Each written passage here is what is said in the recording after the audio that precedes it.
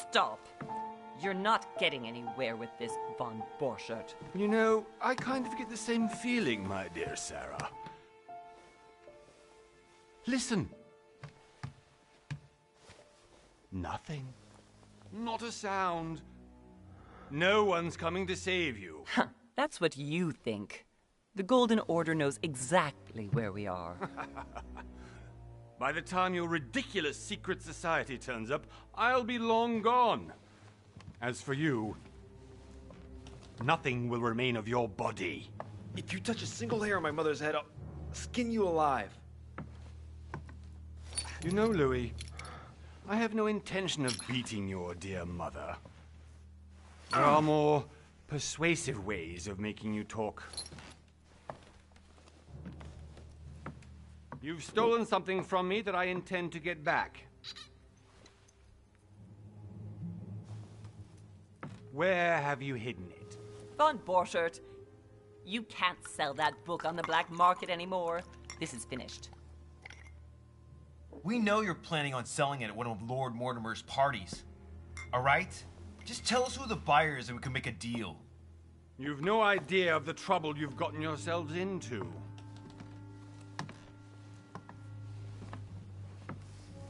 Oh, but you will tell me where it's hidden. I can promise you that. Stop annoying our host, Louis. Son, didn't what happened to you in Rome teach you anything?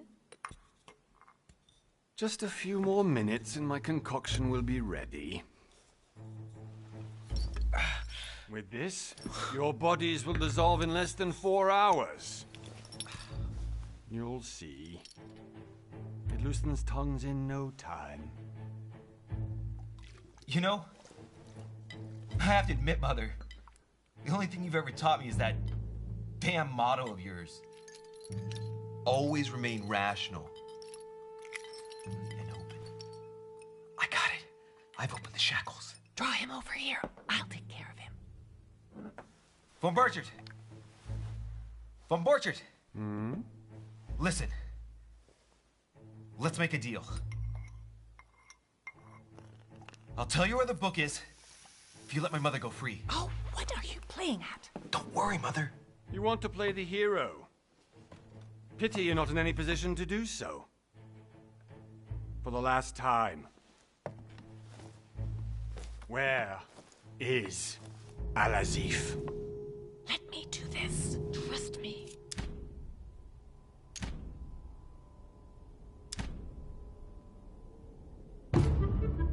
Please, be my guest, Mother.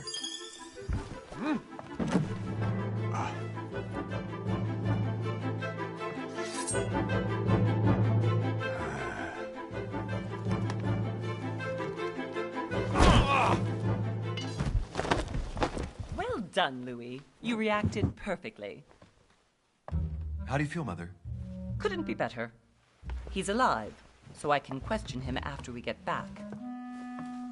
Pity he's just a middleman. Means I haven't finished with this case. Oh, I had a feeling you'd be running off on one of your adventures again, Mother. You know what? I'm warning you. This time, I'm coming with you. No. Even though you impress me more and more, I have to do this on my own. Mother, you're no spring chicken anymore.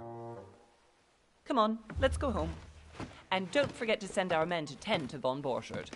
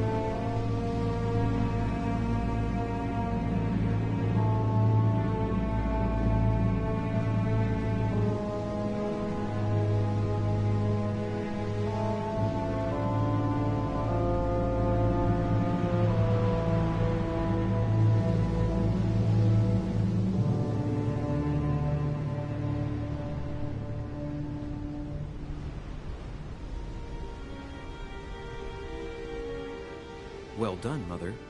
You just had to pick up Von Burchard's trail on your own, didn't you? You ditched me in Paris with no explanation, and off you go to infiltrate one of the world-renowned receptions of this Lord Mortimer? And now he writes me to say that you've gone missing on his private island? Which, by the way, looks more like a big rock than a paradise island.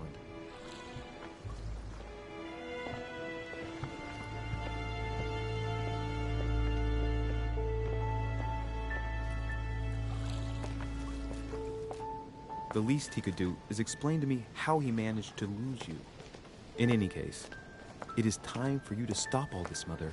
It no longer suits your age. Well, I'm sure I'll find you once again, slogging through the caves beneath the island, searching for some long-lost mystical object that you just can't live without. I'm already hating this trip, and all I've done is think about it. Contrary to what one may be able to imagine, it was not the host himself who invited me. Well now, Duchess, we find ourselves both invited by Sir Holm. Well, how very amusing. Perhaps we have some common interests, Your Eminence. Is this your first time at one of Lord Mortimer's legendary parties? Oh no, we have been friends since long ago. But as I'm doing some business with Sir Holm, the invitation came from him. Well, I simply can't wait for all the festivities to begin. And you, good sir, what brings you here?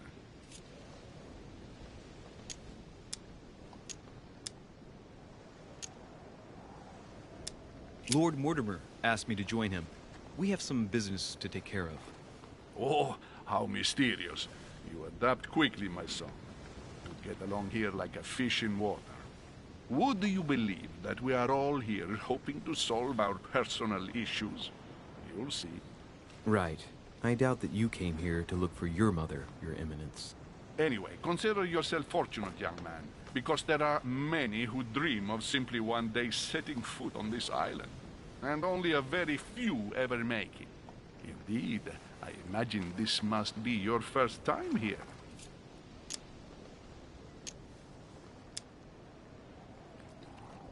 That's right. Until now, I've never been invited by Lord Mortimer.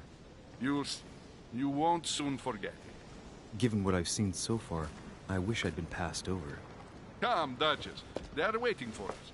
We're moving, Monsieur de Richet, if you would like to join us. I'm coming, Duchess. A cardinal? A duchess? I wonder if all the guests here are this prestigious. If I'd known, I would have gone for a better suit. Ah! Are you all right?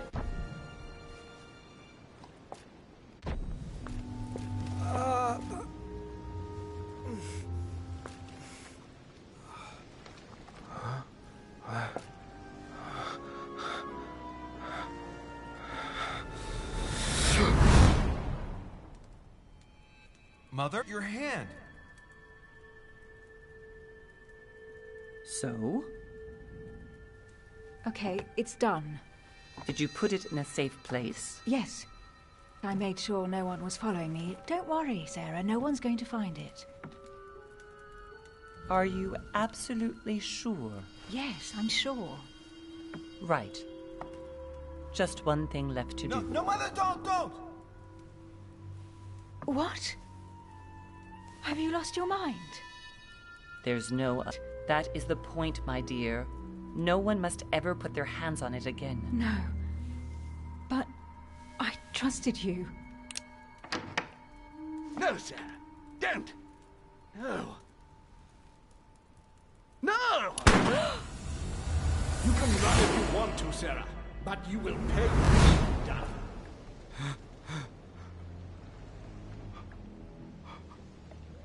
You... Louis, are you all right? What's going on? Here, take this. I'm sorry. Keep it.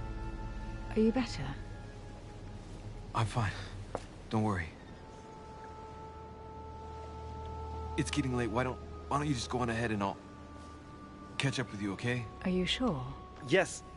I'm sorry. I'm sure, yes. Fine.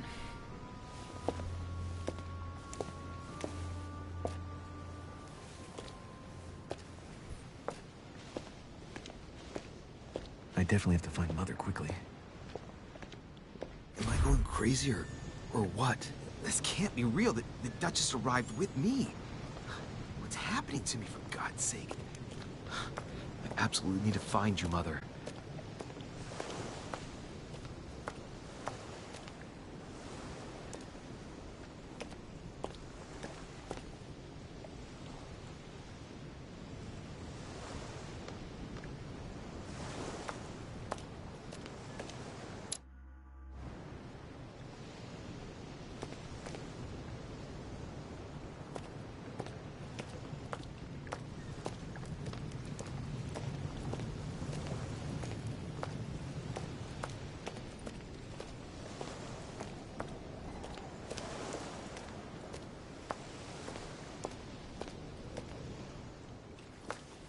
Louis, during the trip, I had something I wanted to ask you, but we didn't happen to run into each other. Yes, Duchess?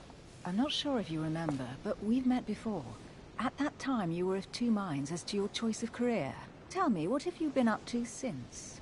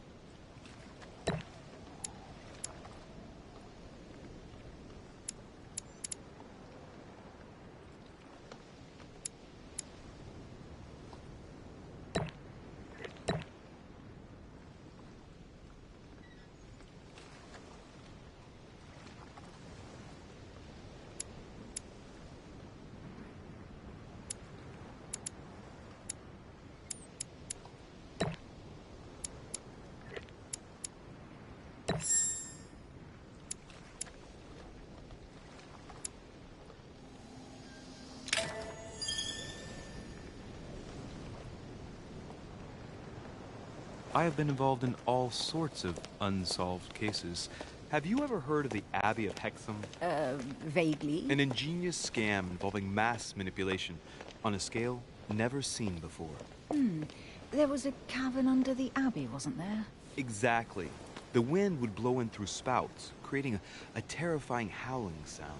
So, to stop the howling, the priests called for offerings from the peasants. And if they brought enough money, I'm guessing the priest stopped the howling. A perfect trick to fool simple souls. Admit it, Duchess. That story kept you in suspense, didn't it? Yes, it did. I'm delighted to find out that you were the young and brilliant French investigator. For someone who only remembers the case vaguely, your memories are very clear. Well, they say I have the memory of two people. But please, call me Emily. Fine, Emily. Tell me, I was actually helped on that case by my mother. You wouldn't know her by any chance? Wait, Louis. We've already met. You do remember me, don't you?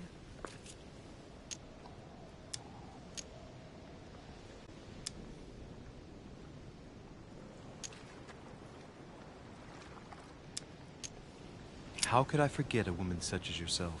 A woman such as me? What a sweet talker you are. Remind me of how we met?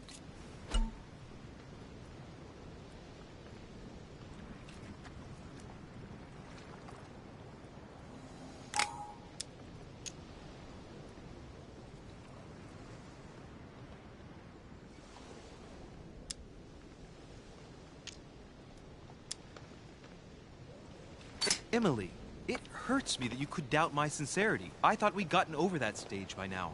Don't take it like that, Louis. I was only joking. I thought you were making fun of me. I thought you were someone I could trust. I'm hurt to see that you're still at this stage of testing me, Duchess. Listen, Louis, I am sorry. I really didn't want to hurt you. Forget what I just said. It was clumsy of me. If you say so. Let's go with that then. Didn't see me, didn't know me. Push me harder and I'll make a fool of myself. Right, time to go to the manor.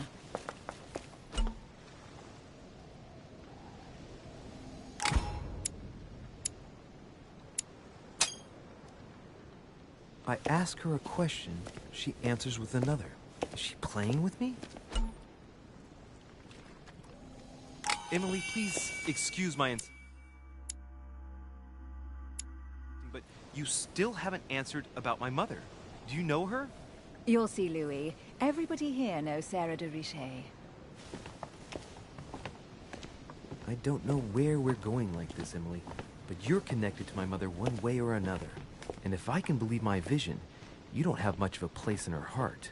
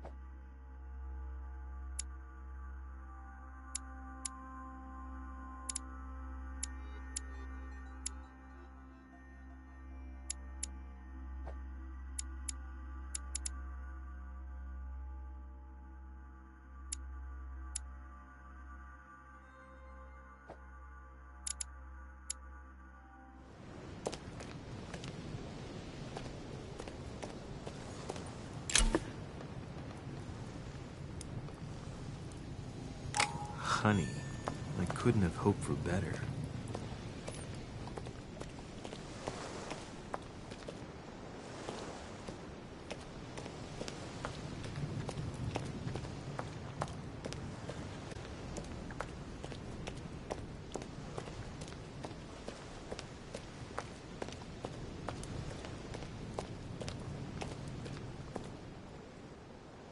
Must be an incredible view from up there. Impossible to set foot on the island without being seen from 300 meters away.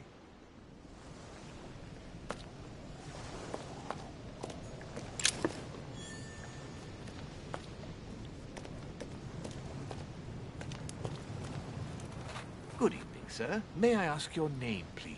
Louis Moras de Richet. Monsieur de Richet. Delighted to welcome you among us, sir. You must be Sarah de Richet's son. I must tell you we are doing our utmost to find your mother as quickly as possible.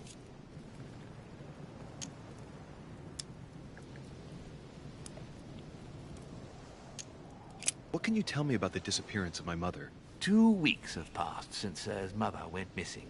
All the staff here have since been busy searching every nook and cranny of the island. But sir, may rest assured, we shouldn't be long in finding her. And just what have you found so far? It would seem that Sir's mother may be hiding on the island and regularly changing her location. But no one seems to know why she would find this behavior necessary. What do you mean? On several occasions, we have found leftovers of food, a few of her things, or even traces of campsites. The reason why we're searching the wharf again is because lights were spotted there last night. Where we are now? Indeed, sir. According to our information, lights were seen in the middle of the night, sir. After verification, none of the guests seem to have left the manor last night. We think that perhaps Sir's mother was here.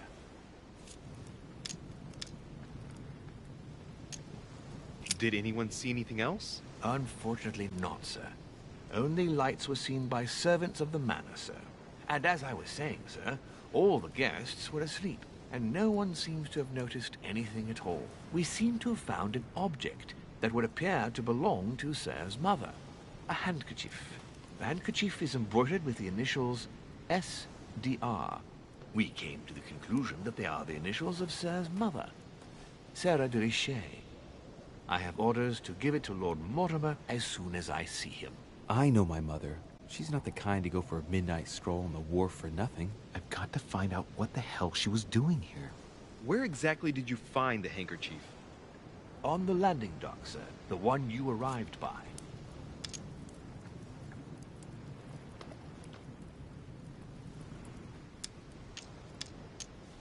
Pass me the handkerchief. But sir, my orders were to give it to my master. Are you refusing to give me my own mother's personal belongings? Even though she was greatly looking forward to meeting your master, she's gone missing. And you seem incapable of finding her. Oh, but sir, please. And to top it all off, you refuse to give me the handkerchief that she so often let me use? Do I deserve such little consideration in your eyes? Is that what you wish me to report to your master? No, certainly not, sir. Please forgive me, sir. I have been such an idiot. Here you are.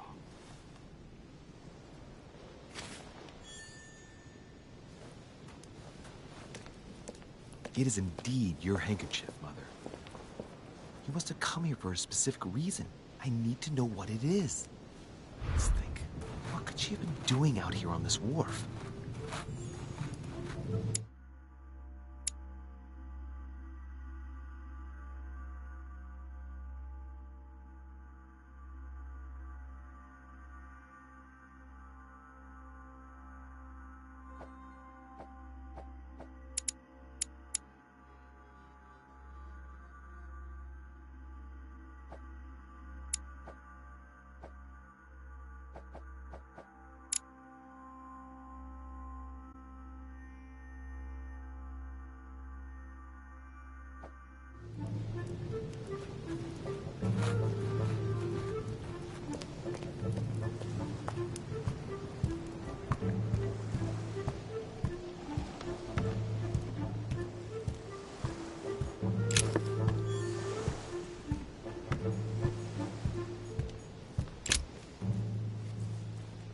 Wooden floorboard.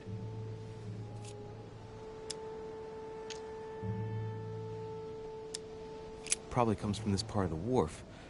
The wood is slightly eaten away, of course, but it still would have been fine if it weren't smashed.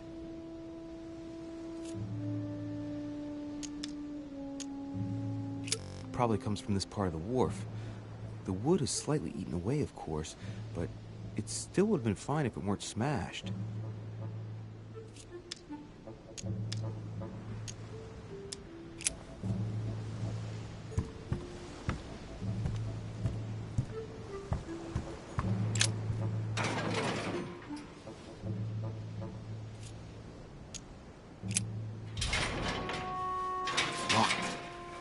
Get it open barehanded.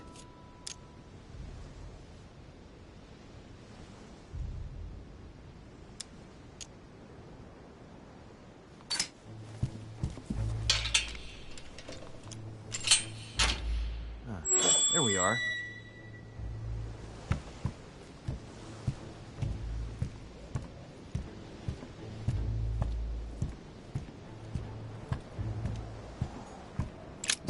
Pistol case, but it's empty.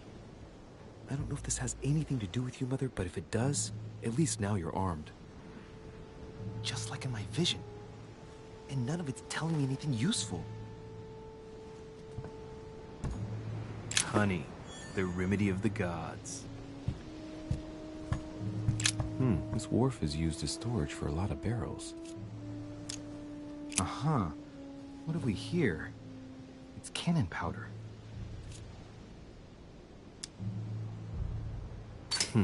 The powder's wet. Not surprising, given the dampness of the dock. It's unusable now. I don't know what the person who left this barrel like this had in mind, but it's a waste. Apparently, someone on this island has gone through a whole lot of trouble to arm themselves. I really must find you, dear Mother, and quickly, too.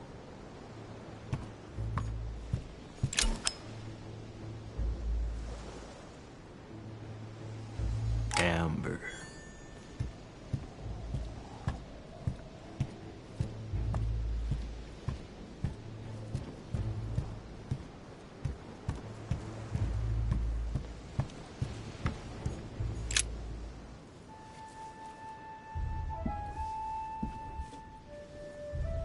Hey, there's something not right about this floorboard. It's different from the rest. Somebody replaced it recently. It looks like it's fixed pretty solidly in place. It's going to be tough to rip it out of here.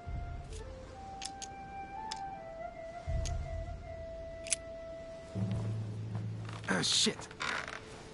It's not coming up. I'll never manage it barehanded. I need something to lever it with.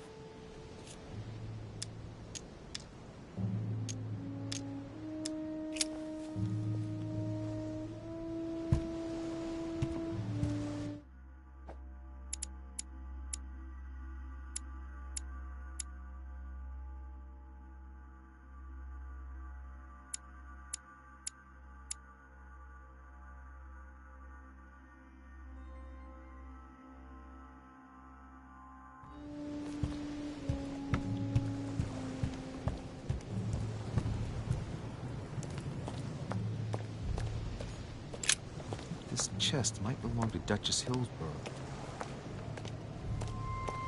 Looks like the barrel's been broken for quite some time.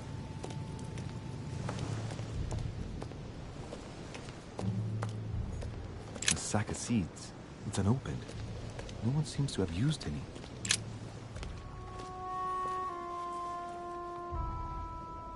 Looks like a bar from an old gate. This miserable old bar has been broken fairly recently. The edges are still clean, and the tip is blackened. Without analysis to the contrary, I put my money on cannon powder. This might just come in handy.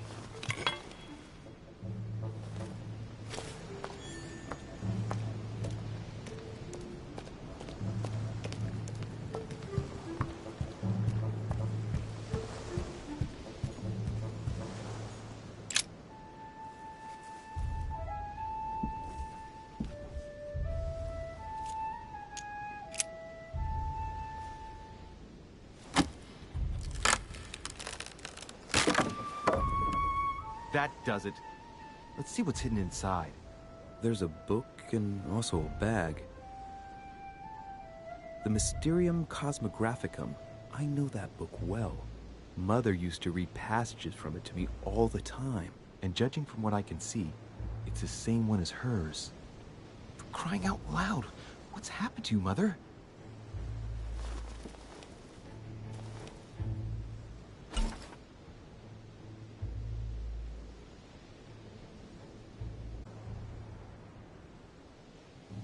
Let's look inside the bag. A little food, a few toiletries, a small key, and some kind of black powder. The bottom of the bag is covered in black powder. And judging by its consistency, it's the same type of powder that I found earlier. This just gets better and better.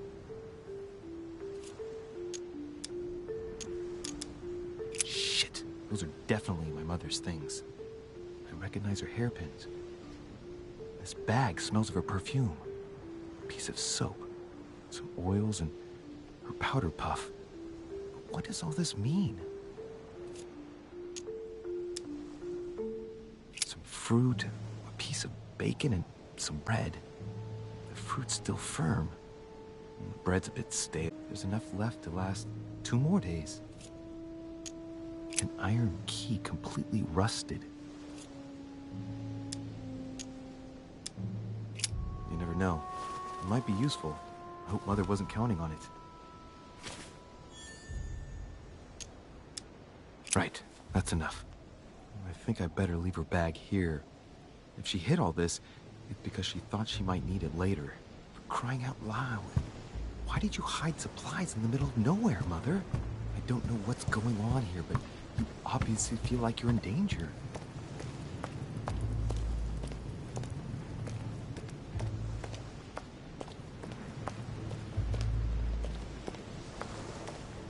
Some rope. Apparently no one's touched it for a good long time. A lantern. Nothing special.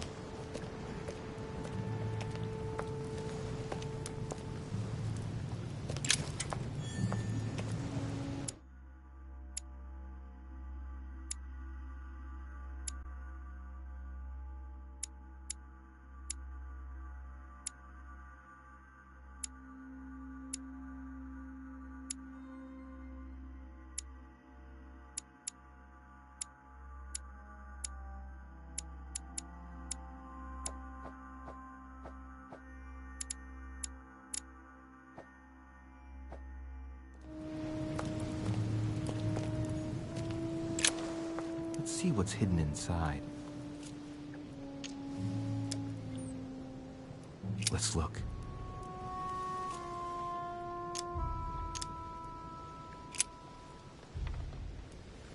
It's too badly written, I can't make out the address.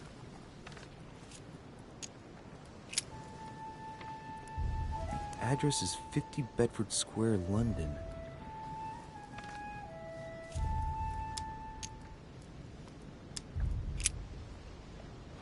The addressee's in Sao Paulo, Brazil. That reminds me, it's about time the Order sent some envoys there. A letter written in an Oriental language.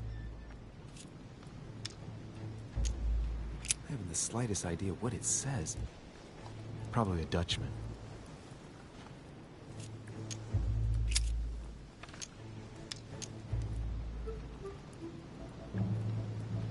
Samuel Ritter d'Auchois. Mother, you test me even when you're not here. It's an anagram of Louis Moras de Riche. You wanted to write to me then. Let's see what's inside this letter. So. Dear Samuel, my stay on Lord Mortimer's island is going wonderfully well. As I find myself in such charming company, I plan to stay a few more weeks. Would you be so kind as to send me a gift that I'd like to give to our old friend Manuel Godoy? I would be most grateful. I have been told that he's going to join us here soon. I would like to mark the occasion. Thank you in advance. Yours devotedly, Sarah Faustine de Riche. What is your game here, Mother? What are these strange turns of phrase? Never heard you speak like that. What's going on here? That you write to me under a pen name, okay. But here you go even further, by trying to avoid raising any suspicions should anyone else read it. I wonder if this Godoy is the person you came looking for. Think! Godoy. Manuel Godoy. Why does the name sound so familiar? I'm guessing he's a man of some importance. Spanish, I'd say. But just can't put a face to him. Well, hope we meet to talk about it soon, Mother. I don't know what you've gotten yourself into this time, but I'll bet you've got a lot to tell me. So, let's go through this. My mother's been hiding pieces of bread between the rotten boards of the wharf in the middle of the night. That's not normal. And if that weren't enough, looks now like she's armed. Meanwhile, she also takes the time to send out letters, reassuring whoever might be interested that she's having a fabulous time here. So odd. So very odd. And that's not even all I've noticed. But maybe I ought to move on to the manor now. They'll be waiting for me. At least I hope so. Let's see what's hidden inside. Let's look.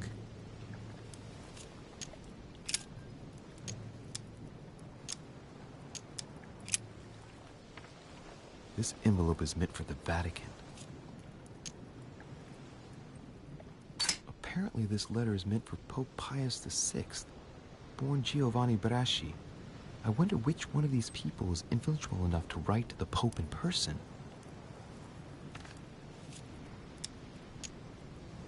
An address in Cairo, Egypt. Mortimer communicates with the whole world, apparently.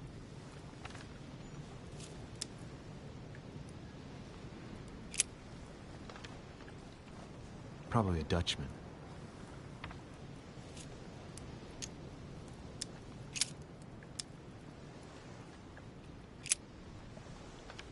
The address is in Sao Paulo, Brazil. That reminds me, it's about time the Order sent some envoys there.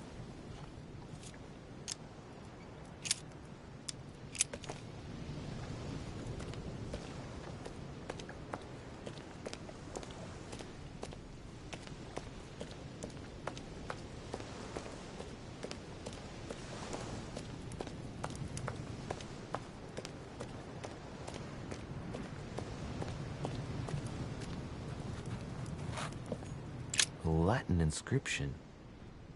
En nessis, mi fili, quantilia produncia mundus ergatur.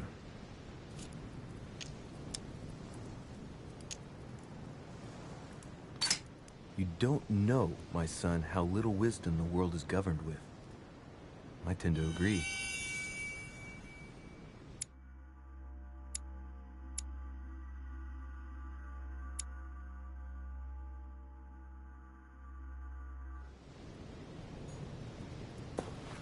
Latin inscription.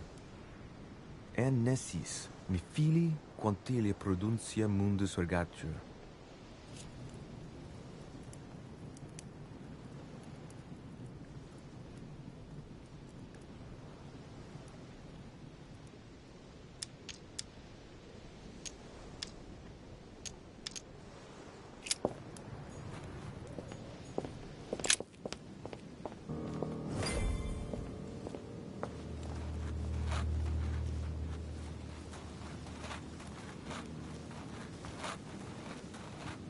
How did Mortimer manage to build his manor at the top of a rocky outcrop?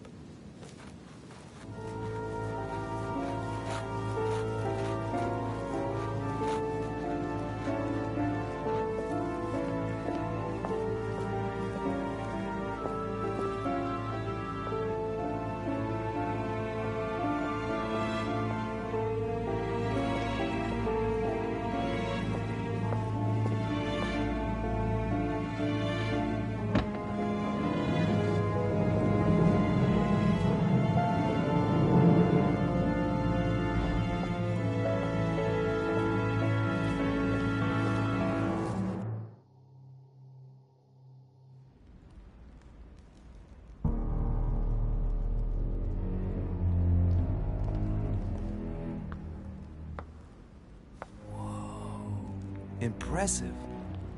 Ah, my son. I was looking for you. What can I do for you, Your Eminence? I wanted to ask you. You are the son of Sara de Riche, aren't you? You see, your mother and I were supposed to meet here on this very spot. I was supposed to hand her a very important envelope. But I haven't seen her. If only Mother had told me why she was coming here. Anyway, I ought to take the envelope. It might have something to do with her disappearance. Listen, if it will help, you can always give it to me. Thank you, my son. I'll bear that in mind. I'd rather deal with her directly. Don't take it personally. Would you happen to know if your mother has arrived yet?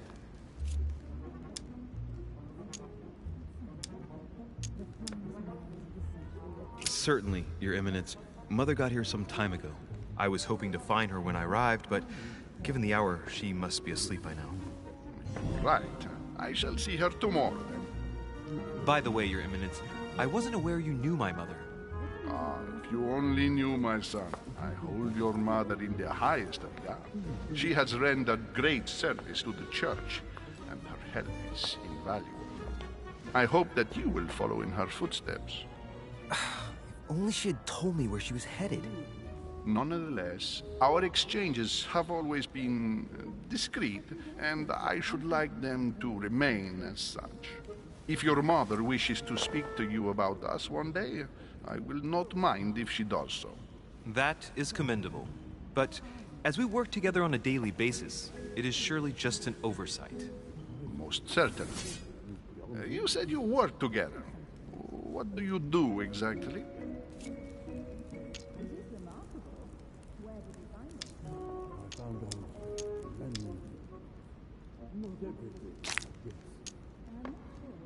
Be it Mother or myself, our motto has always been discretion in all things, and to promise to never betray a word of honor. Was your secret safe with Mother? It will be even more so with me. You have convinced me. The mystery with which your mother manages her business proves that she carries your motto close to her heart. Your words seem sincere, my son. All the same, it bothers me to see you in a quandary, Your Eminence. Is there any other solution? Look, if it's of any help, you can always leave your envelope with me, and I'll give it to her as soon as I see her. I hesitate. Up till now, we have always dealt with her in person, and that has always been successful. Do you think I should give it to you?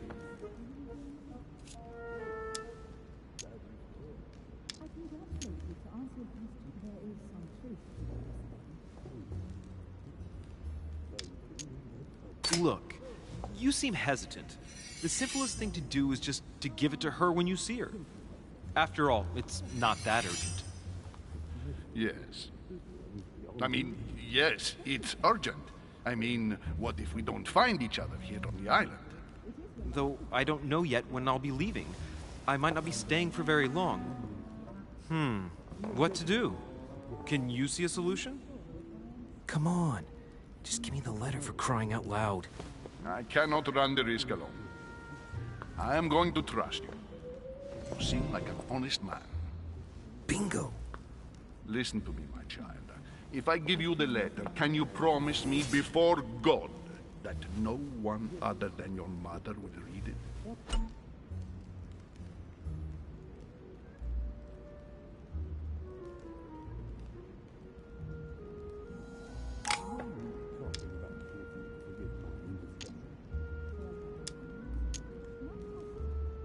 I swear by the Almighty God to honor the promise that no one but my mother shall cast her gaze upon your letter. Good. Listen, let's stop there. I'm going to tell you a secret, Monsieur de Ricci. Your mother and I are organizing the escape of a large number of French priests who face a massacre organized by the accursed Republican tribunals. The church is literally being bled like a beast. Without your mother, hundreds of men of the cloth would have gone to the guillotine. She has made the services of your order available to us by organizing the priests' safe passage across the borders. Even if she does not share all our convictions, she always provided assistance. Young man, you can be proud to be her son. Be it only for her sake. Always respect your name. Here. The letter I spoke of. It includes a list of about 15 names ready for departure. Be quick. Remember to tell Sarah when you see her that time is short. Well played. I'll decide later when I'm alone whether to look at what it contains.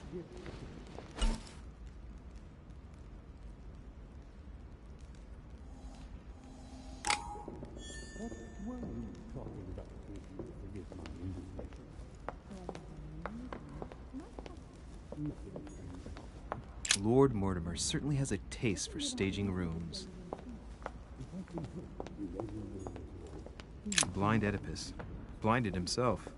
What a tragic destiny.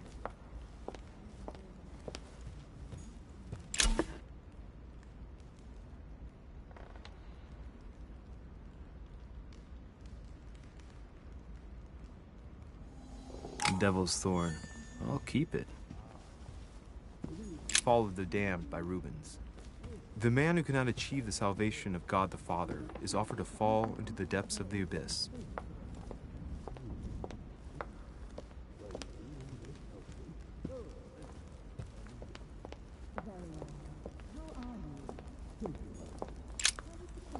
Lives of the Noble Greeks and Romans by Plutarch, a biography of the great men.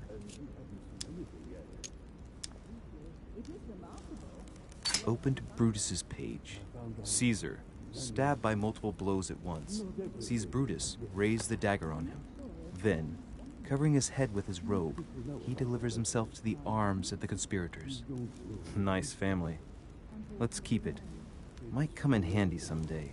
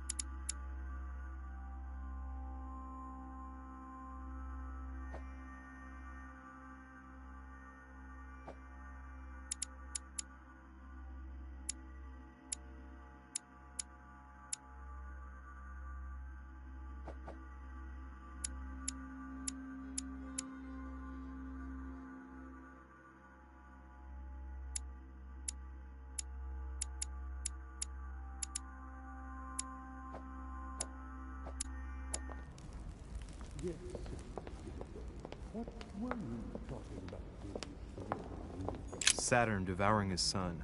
Good God, how awful. Everything in this painting is disturbing. It's the first time I've seen brushstrokes like this.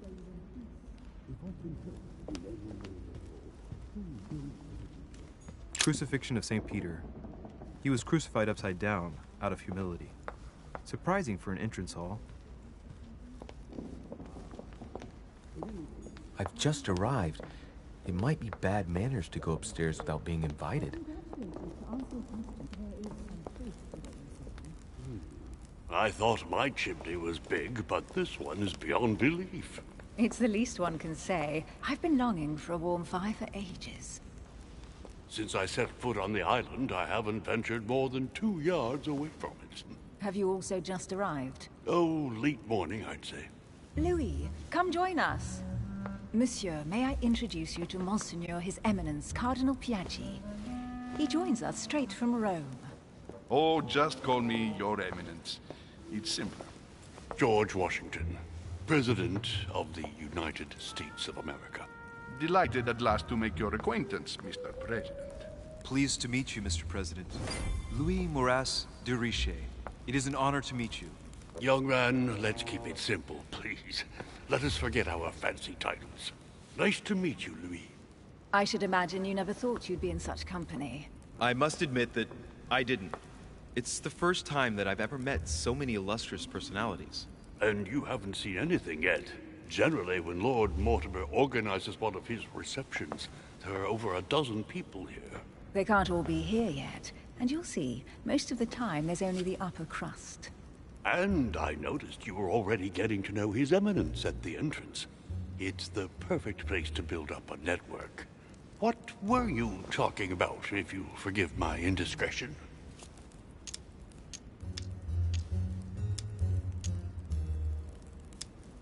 At the risk of disappointing you, we weren't conspiring in our corner, sir. His Eminence was simply telling me that he knew my mother and how much he held her in high esteem. It so happens that Monsieur de Richet's mother is to join us. Oh, pity. No scrumptious gossip or juicy tidbits, unmentionable secrets, or even money matters. But you'll see, it will come.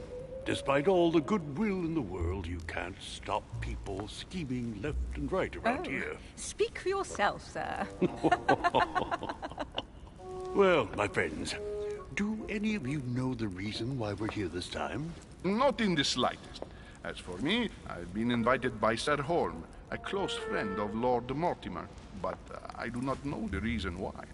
You see, Louis, every time Lord Mortimer organizes a reception, he always finds a moment to set up a chat with all the guests. During which time we remake the world. Accompanied by gallons of absinthe and cussing. I'll leave you to imagine the result. So, if I understand rightly, Monsieur de Richet, you've come out here to join your mother. For what reason, exactly?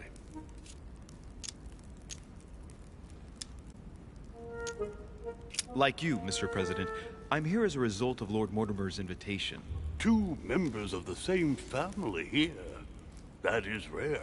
You know what they say. You can pick your nose, but you can't pick your family.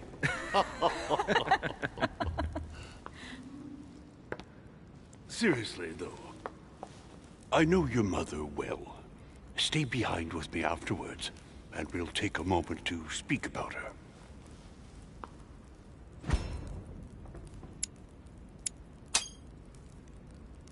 Good Lord. Washington is wearing the emblem of the Grand Master of the Golden Order. It's the highest distinction of the Order in the United States. It puts him on par with my mother.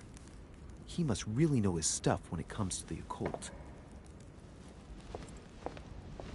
Good evening, my friends. Holy shit. That's the man for my vision. An urgent case has delayed our host, Lord Mortimer. He can't be present this evening, and he said his deepest apologies. He's asked me here and he hasn't even turned up? Great start. Do you know that man? Sir Gregory Holm, an English aristocrat. Very influential. He's also close to Lord Mortimer. So don't be surprised if he acts like he's at home. And now, my dear guests, a light meal is served in the small salon. For those who would like to, you're invited to follow me into the next room. My dear fellow, you must have read my thoughts. I shall follow. We'll have to be careful not to make too much noise. One of Lord Mortimer's guests is relaxing. Oh, we shall be quiet. Don't take it the wrong way, Sir Holm, but I have already eaten. Thus, I shall be happy to remain by the fireside. If you don't mind, Gregory, I should like to keep Mr. Washington company. Please feel at home. And you, sir? If I stay with Washington, we'll be able to speak about my mother. But on the other hand, I'd like to learn more about this home. I saw him in my vision.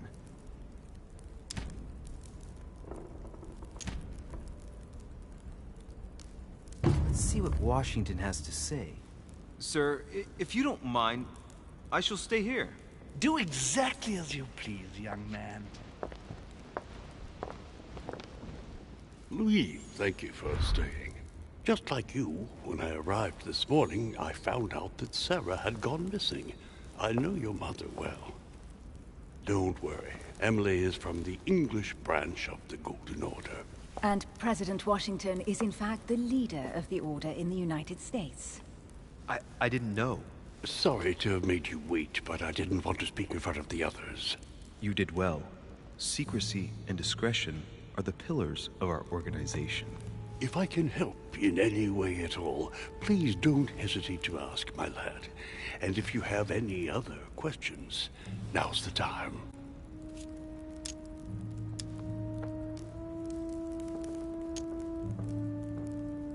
Mother has always had a fascination for Lord Mortimer, but has never wanted to tell me why.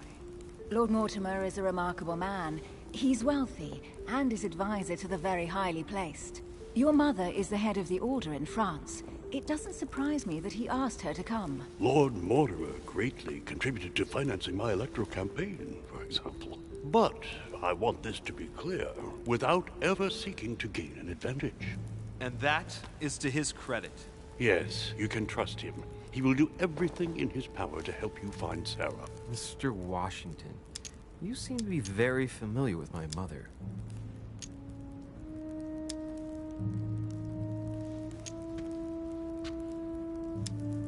Where did you first meet her?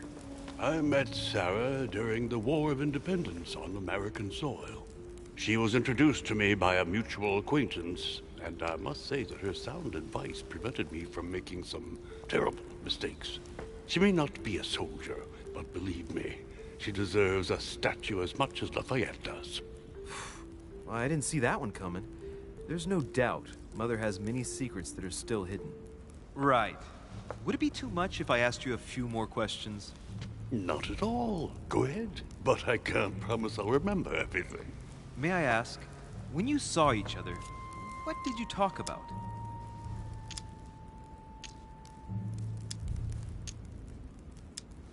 My mother has always been fascinated by strange powers. Did she talk to you about anything like that? Yes. Her facility for discerning truths from rumor served me well. Such as preventing massacres, like the one at Salem, from happening again. Or convincing people that horsemen cannot ride around without heads. What was it that she used to say now? Keep an open and logical mind? Yes, that's it. Thank you, sir. I was hoping to speak with Lord Mortimer. At least now I have some information, thanks to you. I repeat, Lord Mortimer is a man of his word. You won't be disappointed. And I am persuaded that your mother's research is his main concern. Mother still is at the head of the Golden Order. I find it difficult to believe that she came to this island without notifying the other members. As for myself, I did not know. I am here at the request of Sir Holm, a situation regarding the Crown of England to resolve, and to see what Lord Mortimer has to propose to us. As for me, Lord Mortimer asked me here to speak about the future of America. I did not know that your mother would even be among us. In any case, no one has yet mentioned associating the Order. We haven't found many clues yet.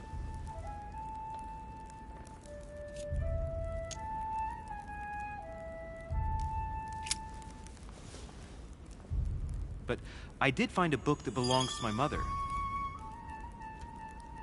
Where did you find it? That's what worries me. I found it hidden on the wharf. Do you think she was preparing to discreetly leave? I don't know. An extremely likely proposition. I'll believe it when I see it. Don't worry, Louis. I'm sure nothing bad has happened to her. Yes, I hope not.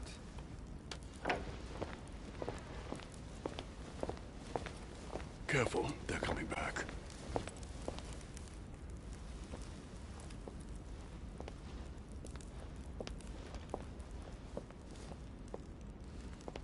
Well, I am impressed with all this splendor. But don't spend too much time with Mr. Washington, my dear, or you'll lose your pretty accent. You seem to be intrigued by that statue. Absolutely. It is remarkable. Lord Mortimer is fond of atypical works of art. I won't disguise the fact that I find it all a little megalomaniacal. But I must say, he does have some outstanding pieces.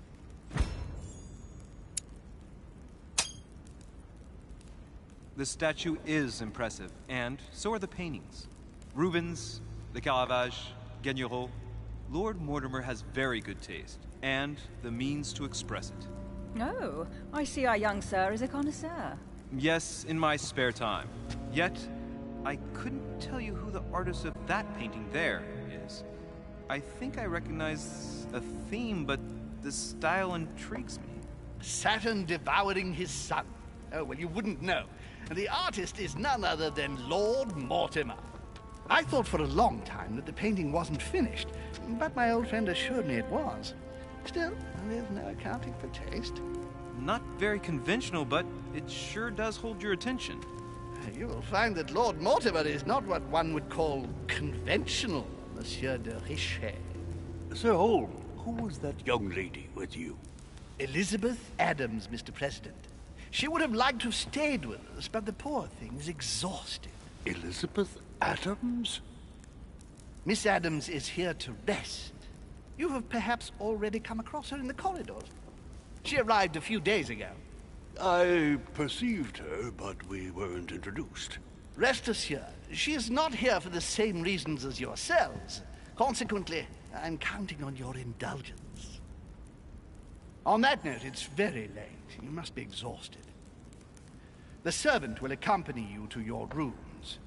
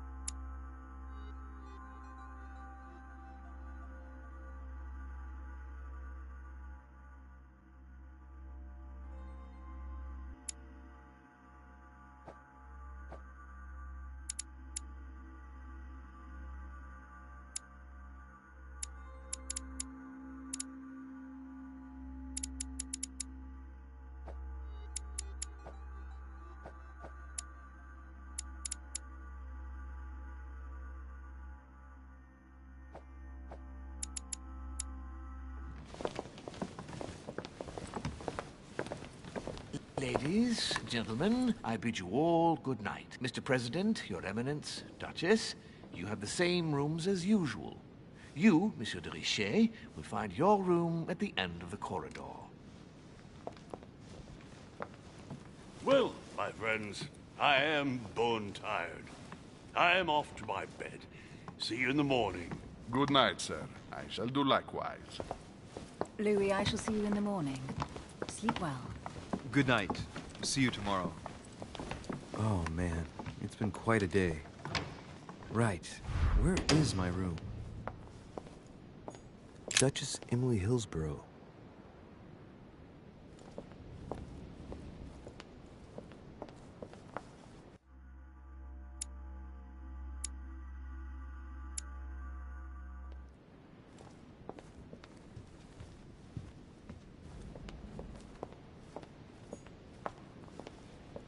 A Greek drachma. One of the rare ancient coins to be mentioned both in the Bible and in the Quran.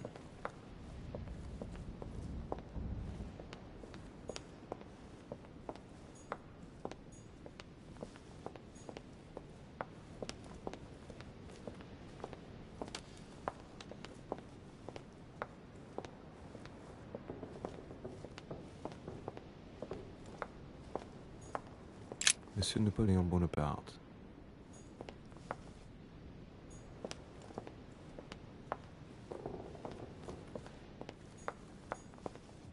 Monsieur Jacques Perru.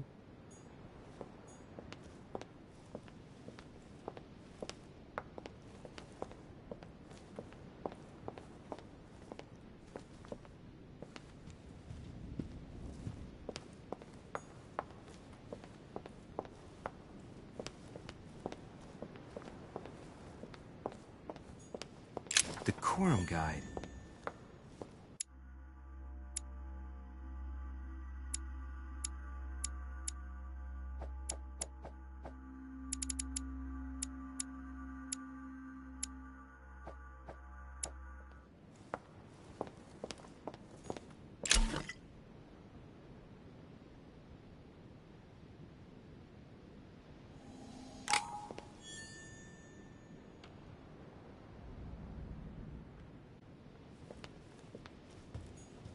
A few leaves out of an old encyclopedia.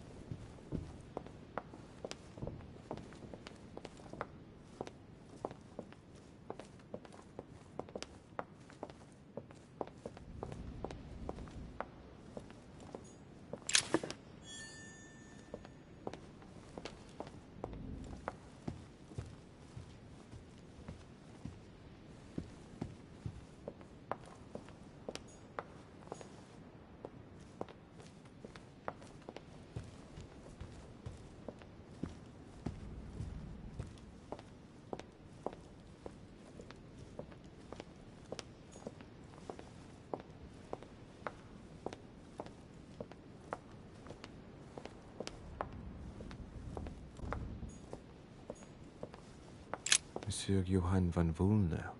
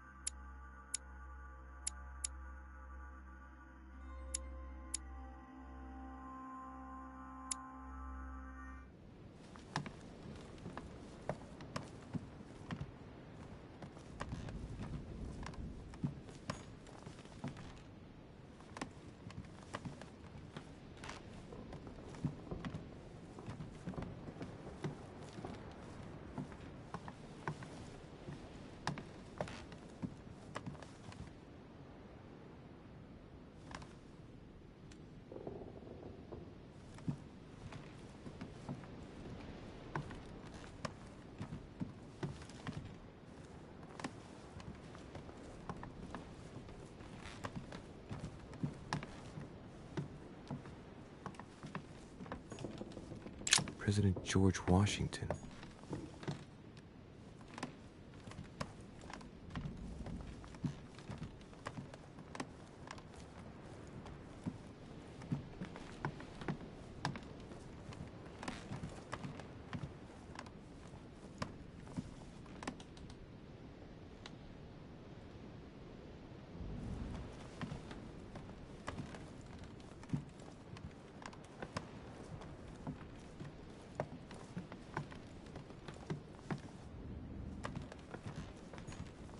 Honey, the remedy of the gods.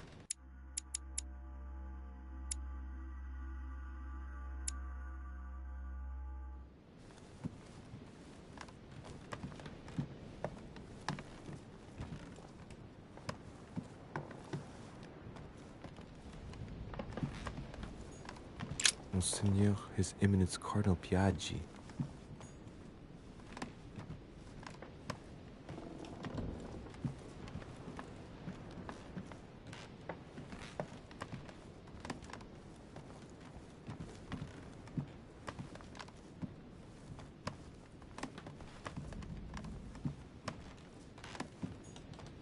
Duke Manuel Godoy. An old Cisterce from Roman Gaul.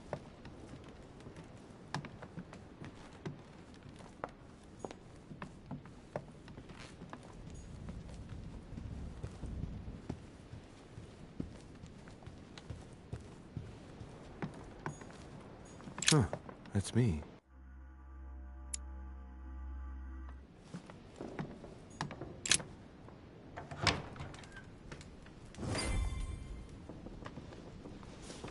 Right. So what shall I do with this letter? It might be about my mother's disappearance. But if I open it, I'll be betraying Piaggi's trust. What should I do?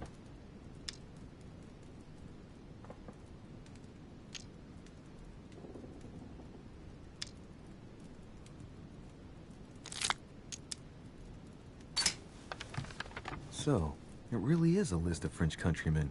Piaggi wasn't lying. Wow! Nice room. Mortimer sure doesn't do things halfway.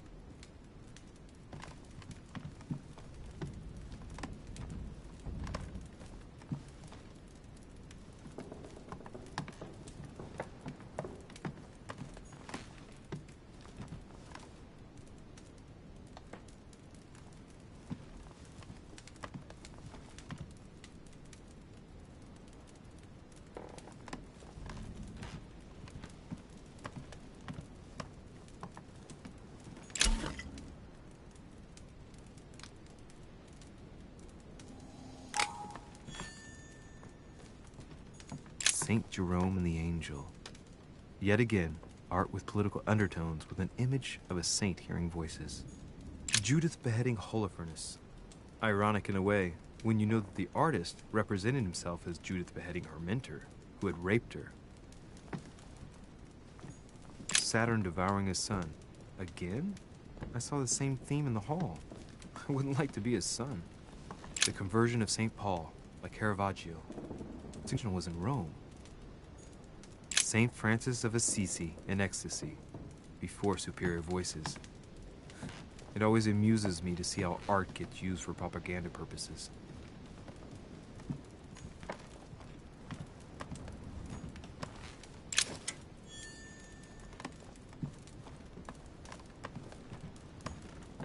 Inferno by Dante. Abandon hope, all ye who enter here. Lovely lectures Mortimer's giving to his guests. Very jolly.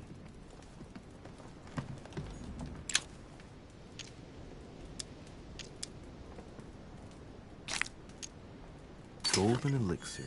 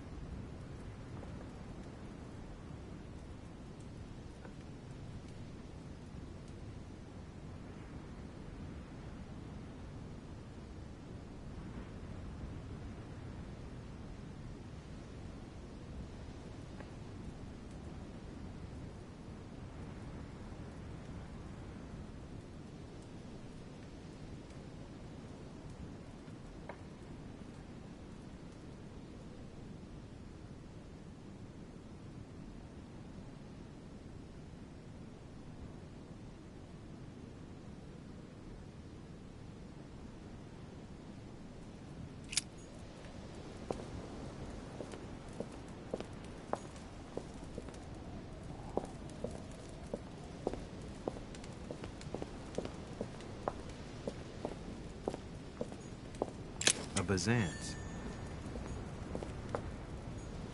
A ruble.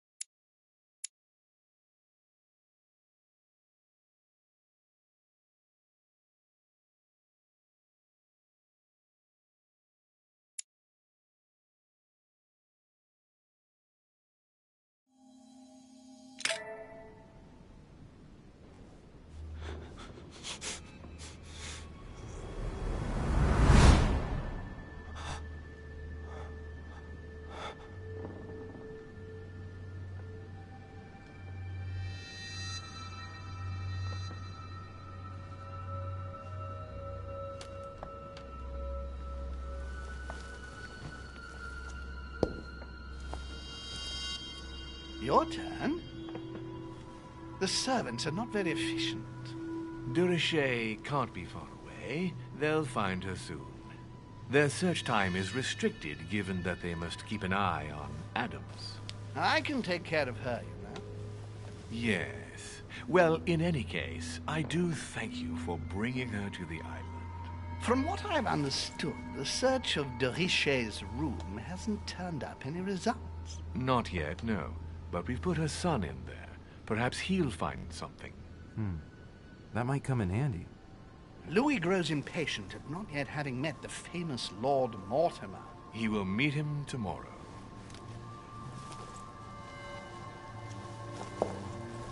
Oh, what a pity to lose a knight at the start of the game. Are you waiting for someone? A young French soldier. During our game of chess?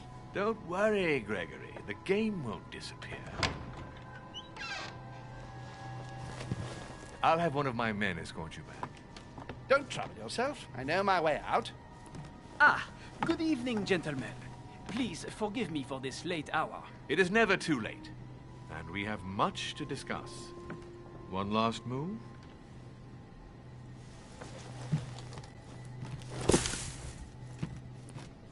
Don't worry. Our games always seem to end like this. Or always start like this. Come, take a seat, my friend.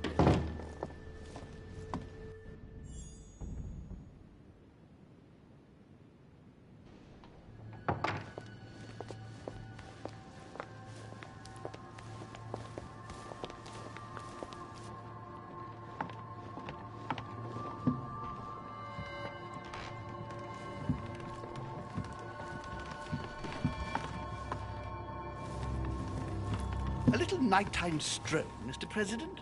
There's nothing like it for a good night's sleep. Do not hesitate to ask a servant to show you back. The corridors seem quite safe. Peppermint, lime flower, and valerian. My miracle remedy when one can't get to sleep. A very good night to you, Mr. President. Thank you. And to you too, sir.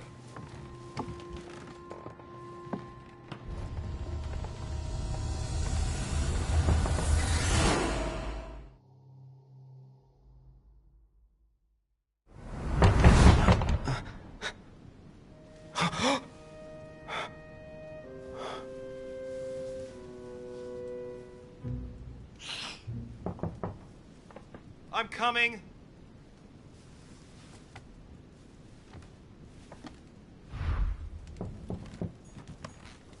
Dear Monsieur de Richet, please excuse me, but I am unable to join you at present. However, rest assured that we are doing all we can to resolve the case that concerns us.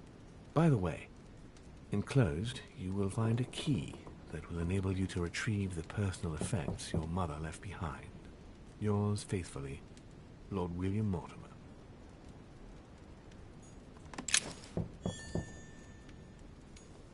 Inspiration of St. Matthew, or Matthew writing his gospel, dictated to him by voices.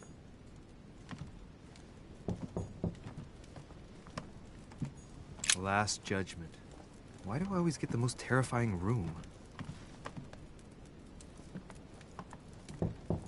The incredulity of St. Thomas.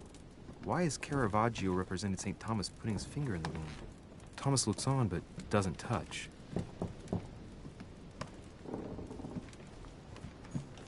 The torture of Ixion, condemned by the gods to lose his mind because of his arrogance. Great, honey.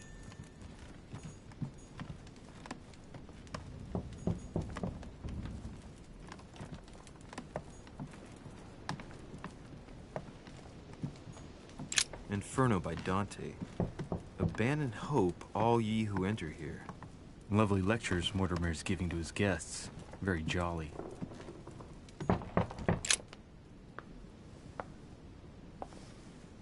There's a circle around the lock here. Must be the trunk Mortimer was talking about. The key should open it.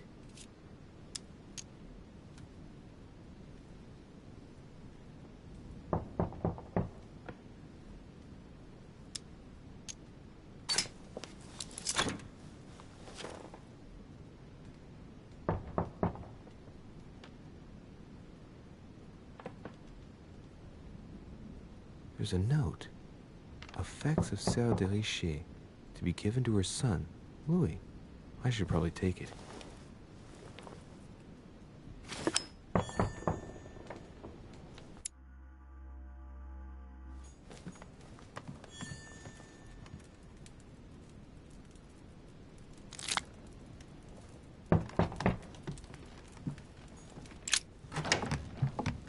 Excuse me. Am I bothering you?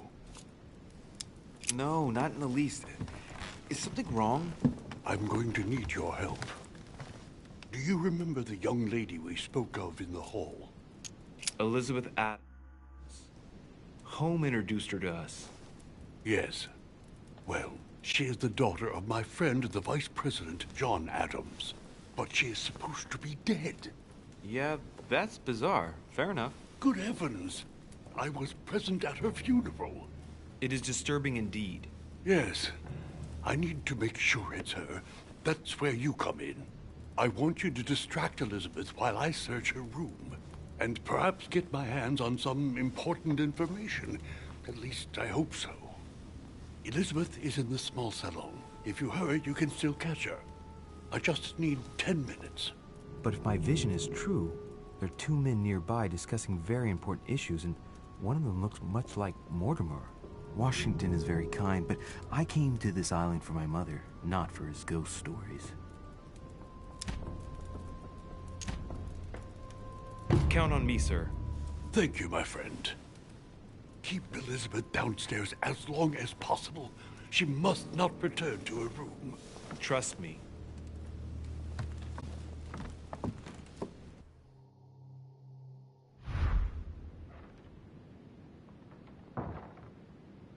According to Washington, Lady Adams is in the small salon. I better hurry. Louis, you're straying from your objective.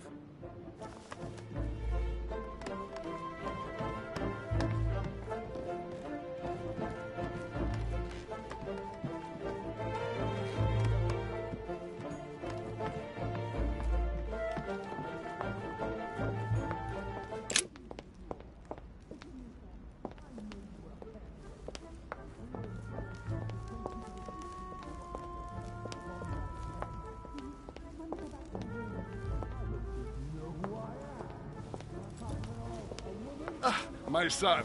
Oh, you are a godsend. What's the matter, Your Eminence? I believe Miss Adams may be in danger. What do you mean? Do you hear that? She is being manhandled in the small salon. By whom? I don't know exactly. A thug, a Frenchman, it seems. By the cut of his cloth, I'd say he's a member of the French Revolutionary Government. You should do something, my son.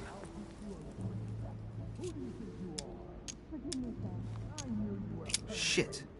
I was supposed to make sure Adams wouldn't go back to her room. Don't worry, Your Eminence. I'll take care of it. Probably nothing to worry about. Do you want me to call for help?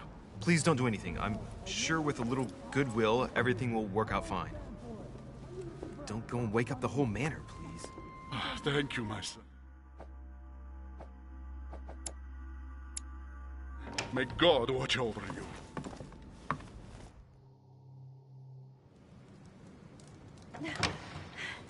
Who do you think you are? Forgive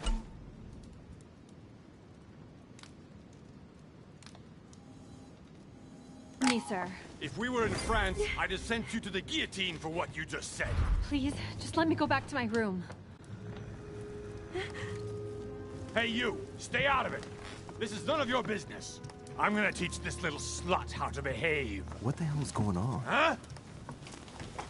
I don't think you know who I am. Stop. I beg you. I didn't mean to. Don't hit me, please, sir. Shit. If I step in, Adams might just run back to her room. And if I do nothing, yes, Washington will have enough time to search, but this girl's gonna suffer. Damn it, what should I do?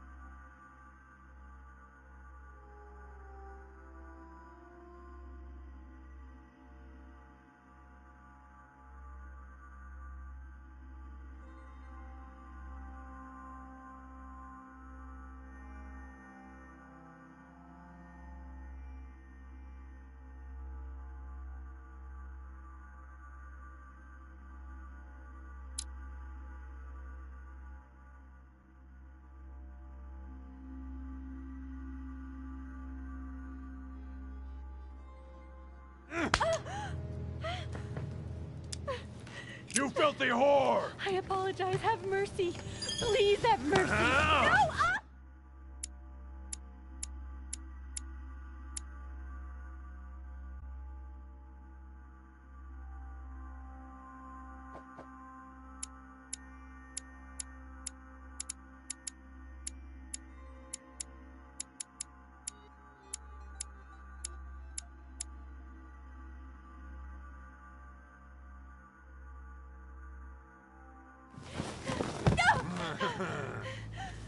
I apologize. Nah, nah, nah. Mercy, have mercy. Nah, nah, nah. Where's that smart mouth now? I'll teach you a little respect. Huh? My mother told me often enough. Sometimes the end does justify the means. I'd hoped I wouldn't have to apply that rule, but at least Washington will have enough time.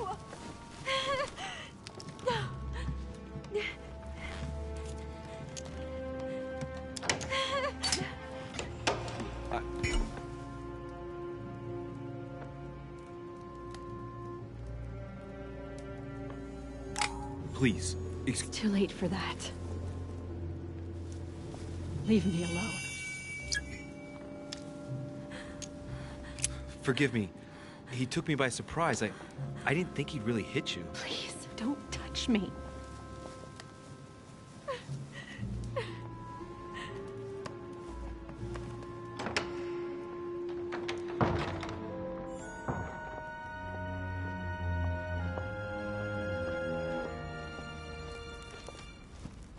Well, did you get time to search the room? Yes, I found out many things. Good. Did Elizabeth give you any trouble? Elizabeth? No. Well, you could have mentioned she was with a raving maniac, huh? What do you mean? She was with a Frenchman. He was about to beat her when I arrived. What the devil are you talking about? I thought he was gonna kill the poor girl. Did you intervene? I did what was necessary to give you enough time to search her room. Good work, my friend. I knew that I could count on you. So tell me, did you find any information? Oh, yes. What I found is likely to upset you. What do you mean by that? Elizabeth is indeed the daughter of John Adams. Why pass her off as dead? I found her medical file. It appears that for many years, your mother was her personal doctor. From what I read, she behaved more like a butcher than a doctor. What are you talking about? I'm not a child. What's going on here? John believed that his daughter was possessed. He appealed to your mother to save her, but the treatment she inflicted on the poor child... My God. Look, stop beating around the bush. What exactly did she do to her? Do you believe your mother capable of torturing a child? My mother got her hands dirty for the common good, so don't be too quick to judge her. For the common good? We're talking about the vivisection of a child. Of tattooing her from head to foot with a red-hot iron. Stop this. For her 5th birthday, she inflicted the stigmata of Christ on her. And for her 10th birthday, a hysterectomy. What kind of gift is that for a child? My mother's not a monster. I do not doubt that your mother meant well. But the techniques described in the file, it is pure torture. Please. I need some time alone. I have seen some horrors in my time. But if what is written in these damned documents is true, be brave, my boy.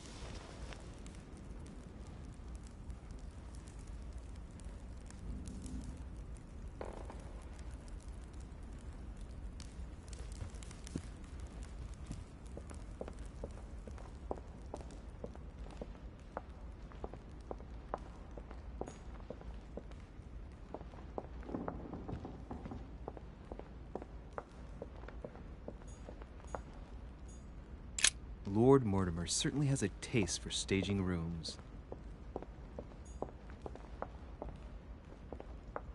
Blind Oedipus. Blinded himself. What a tragic destiny.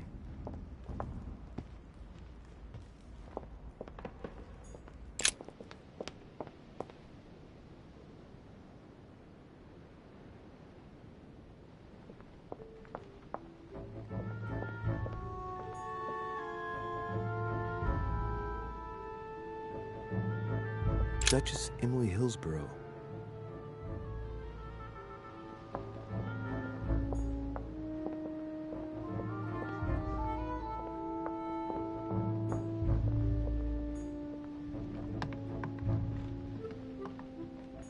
Duke Manuel Godoy.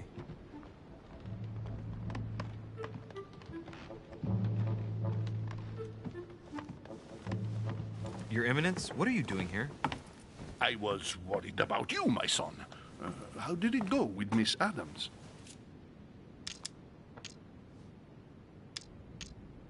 It could have been worse. Let's say that Miss Adams will remember it for a couple of days. What? Did you not intervene? Of course not. What did you want me to do?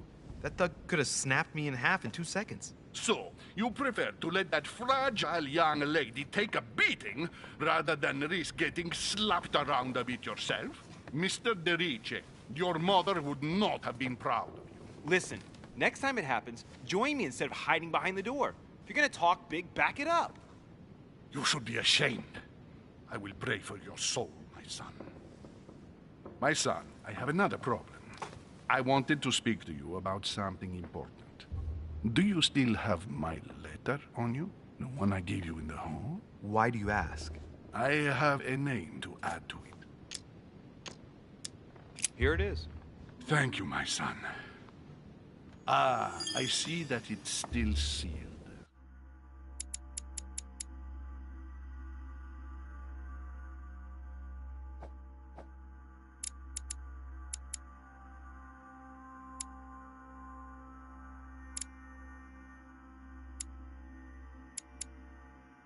I was right to put my trust in you, Louise. Give me 1 second, please. I can't imagine what would have happened if I hadn't added this name to the list. Please, be sure to give this letter to Sarah the moment you see her. You can count on it. Have a good night.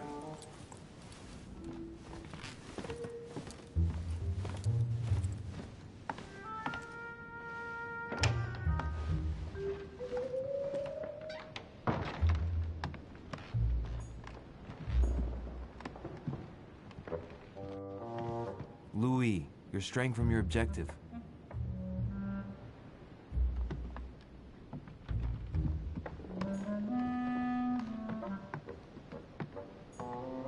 Huh, that's me.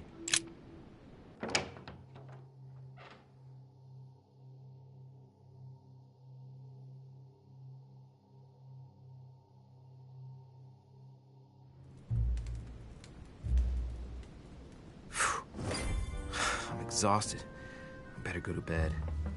I'll search my room tomorrow. If Mother stayed here right before me, you never know. And Mortimer had better show up.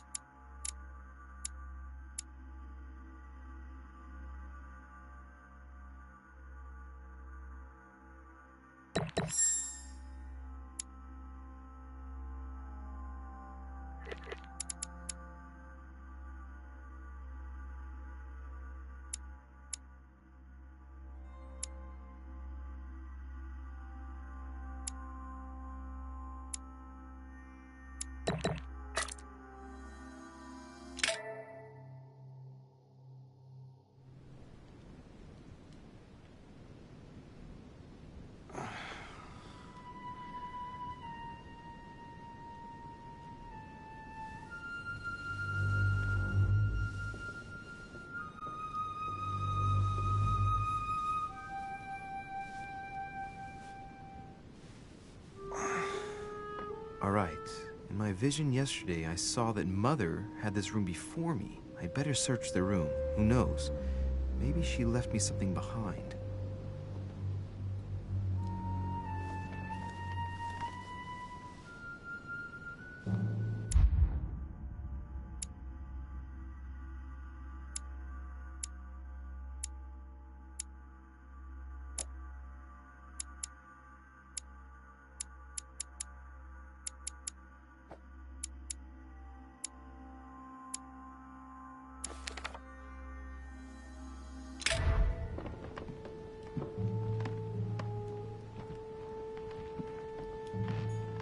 Nothing. The torture of Ixion, condemned by the gods to lose his mind because of his arrogance.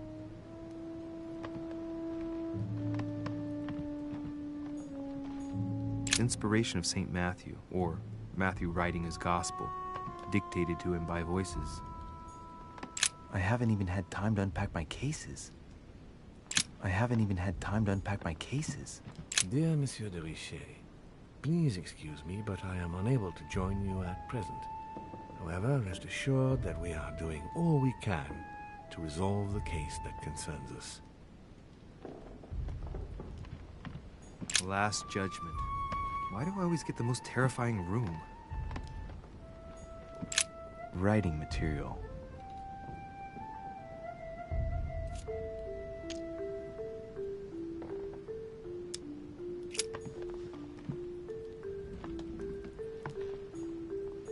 The incredulity of St. Thomas. Why is Caravaggio representing St. Thomas putting his finger in the wound? Thomas looks on but doesn't touch.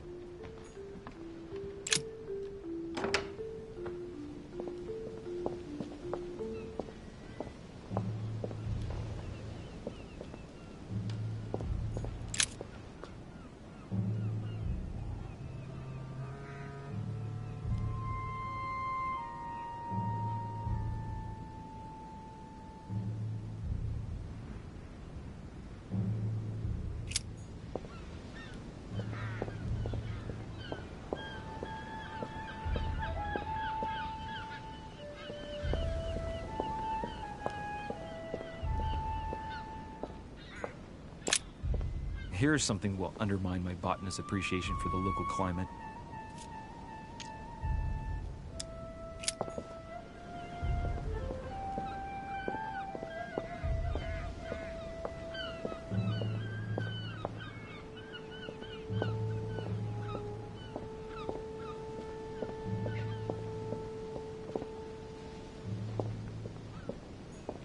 Priest robe, crosses, must be Piaggi's room.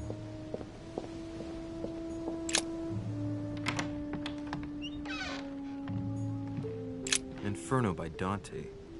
Abandon hope, all ye who enter here. Lovely lectures Mortimer's giving to his guests. Very jolly. Saint Francis of Assisi in ecstasy, before superior voices. Saturn devouring his son. Again? I saw the same theme in the hall. I wouldn't like to be his son.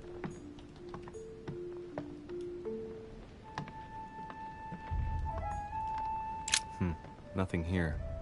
I wouldn't mind a nice, strong coffee, though.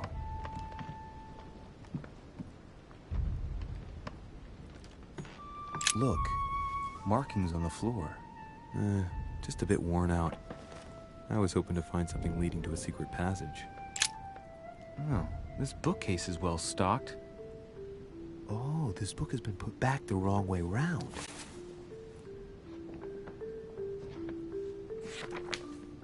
A Voyage Around the World, the travelogue of the explorer Louis-Antoine de Bougainville. One of Mother's favorite books. What a coincidence. And I don't believe in coincidences. It's just too much. I don't know what's going on here, but if you felt threatened, I'll bet you'd leave a clue, wouldn't you, Mother? Found it. A faint sign of the Order, barely visible. Mother, you undoubtedly must have hidden a clue in this book. Let's see if I can find anything else in this room. Come on, Louis, think. Think.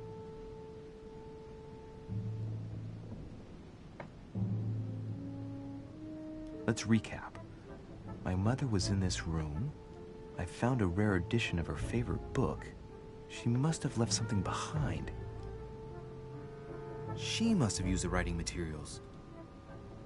What if she used lemon juice instead? An old trick used to hide messages. A message using invisible ink. I bet she used a lemon to leave a message. Now, how do I reveal the message?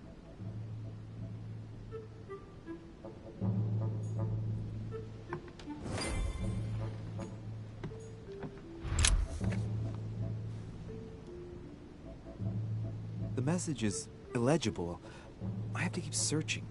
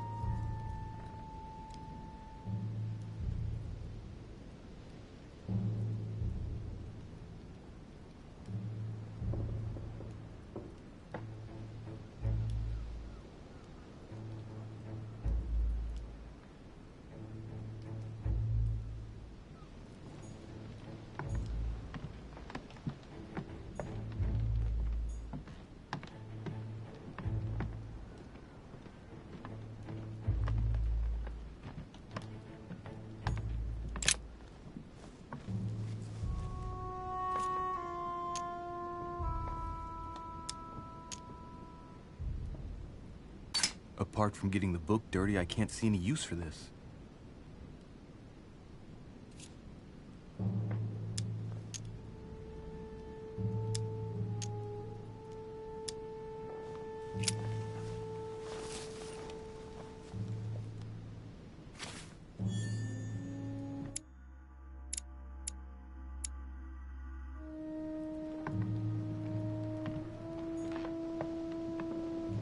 Inferno by Dante. Abandon hope, all ye who enter here. If a message is written in lemon juice, the flame will reveal it.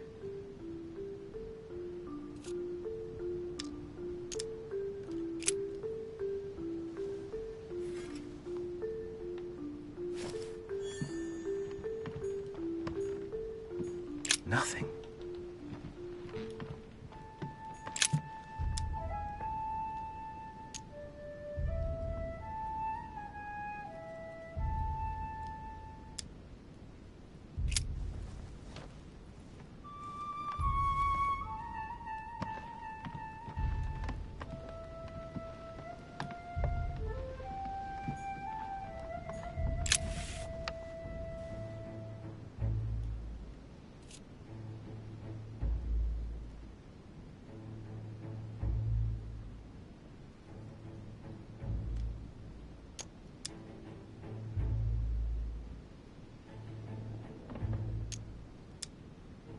Aha! It's working! The heat reveals the message. Let's see what my mother wrote. Where all eyes size you up, you must pass by the Gorgon. Gorgon was the name of Medusa in Greek mythology. On the other hand, where all eyes size you up, I don't get it. And judging by the number of paintings in the manor, could be anywhere. After that, she adds, beware hero. The beast always charges the best protected soldier, and that's its weakness. What is my mother trying to tell me? If you've gone to so much trouble, you must not have only found something important, but You must have also felt like you were in great danger. Now I better hurry and find that damn Medusa. Sir, dinner is served in the red salon. Typical. I'm not hungry. Please give my apologies to all the guests. Sir Holm requests your presence, sir.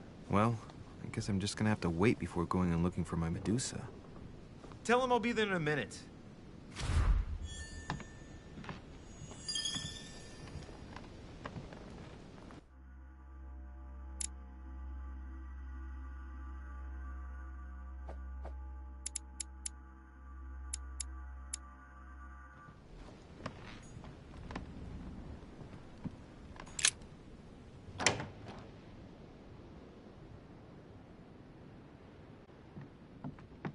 If I get a chance, I may have to take a little tour through the rooms of the other guests.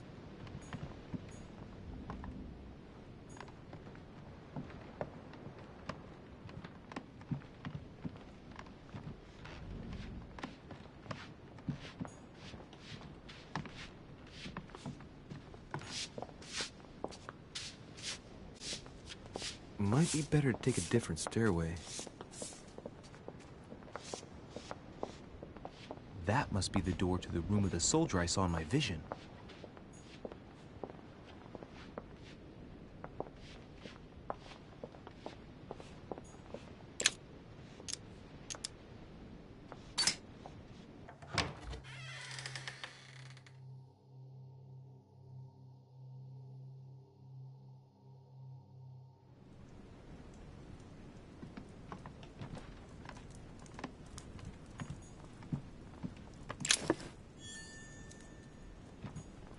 The Prince by Machiavelli. A perfect read for anyone with a surfeit of ambition.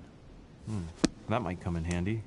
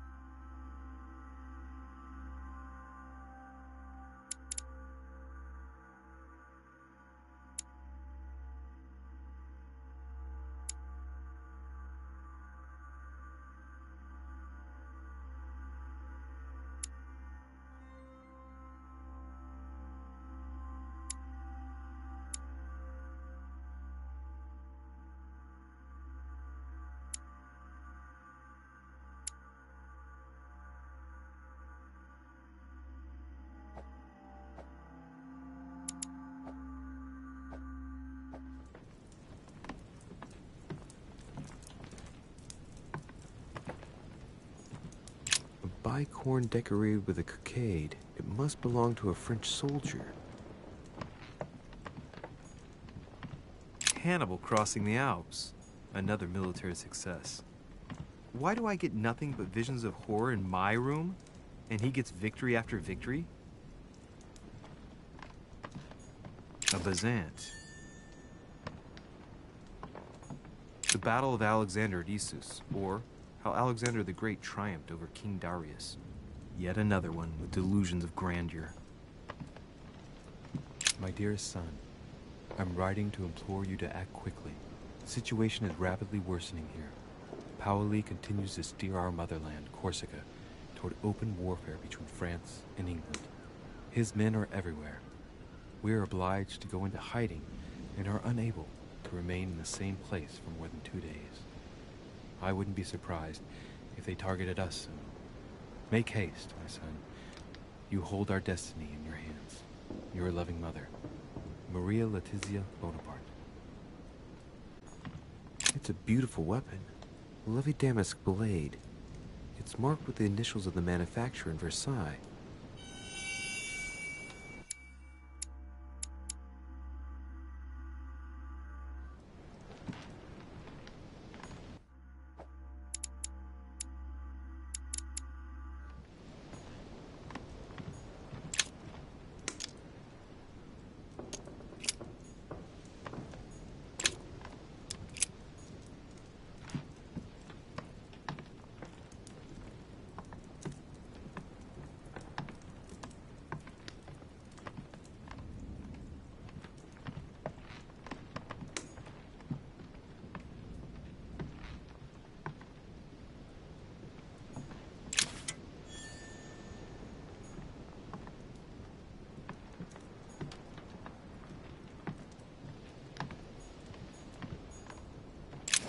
fragment of amber. French actor Talma is Nero in Britannicus, the last emperor of the Caesar dynasty.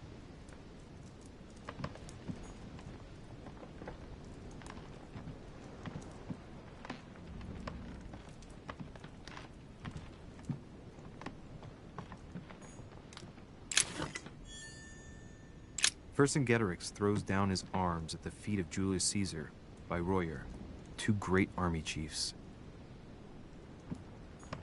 My dear Napoleon, as previously agreed, I would like to ask you to join us in January on my island to participate in the high society meeting organized for the occasion.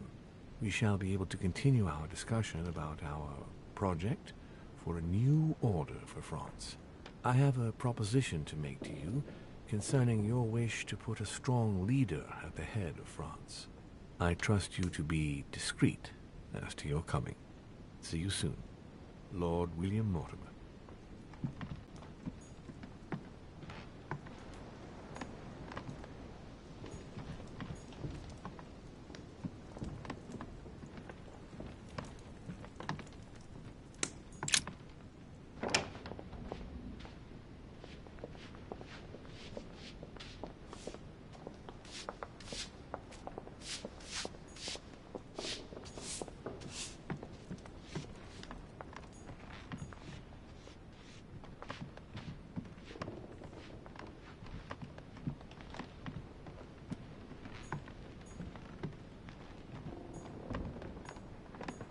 Monseigneur, His Eminence Cardinal Piaggi.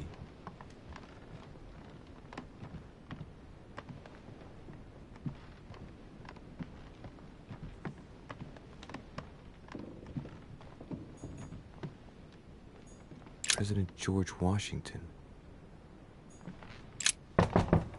Let no one disturb me. I'm busy. Too bad. I'll see him later.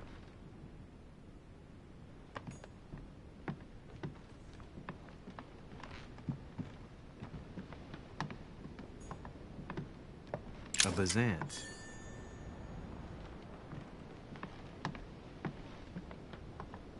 That's the door to Elizabeth's room.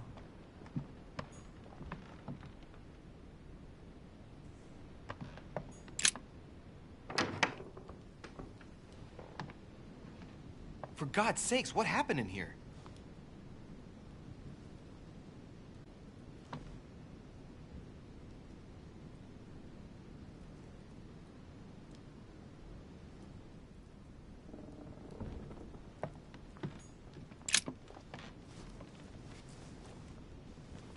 A chest with a half-circle pattern.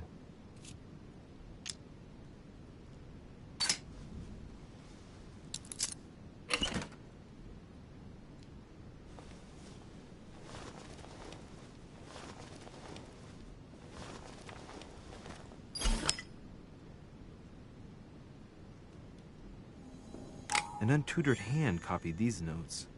Looks like a healing method. Well, that's a pity. The writing is barely legible.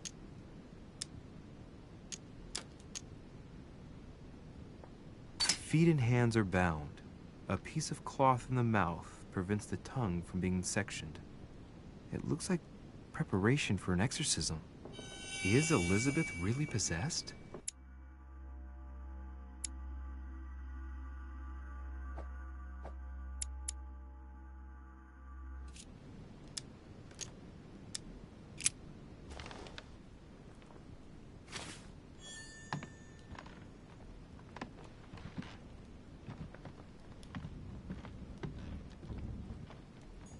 My dear Elizabeth, I'm writing to inform you of some unfortunate news. We won't be able to meet as planned on the first Sunday of May.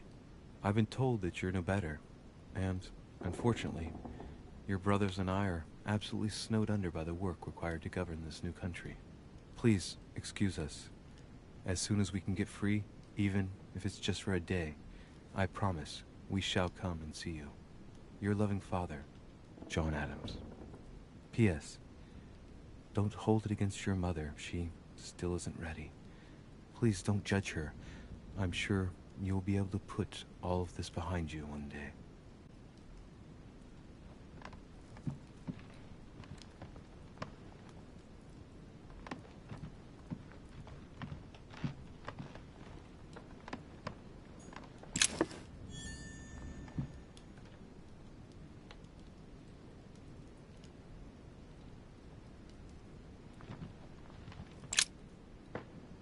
Looks like I found a box containing some kind of white crystals.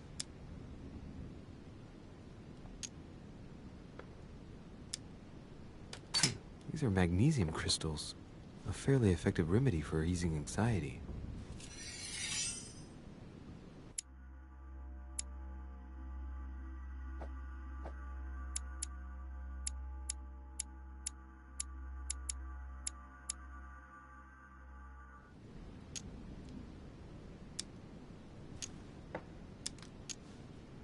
Well, let's see what it tastes like. Ugh. I really need to stop tasting everything I find now.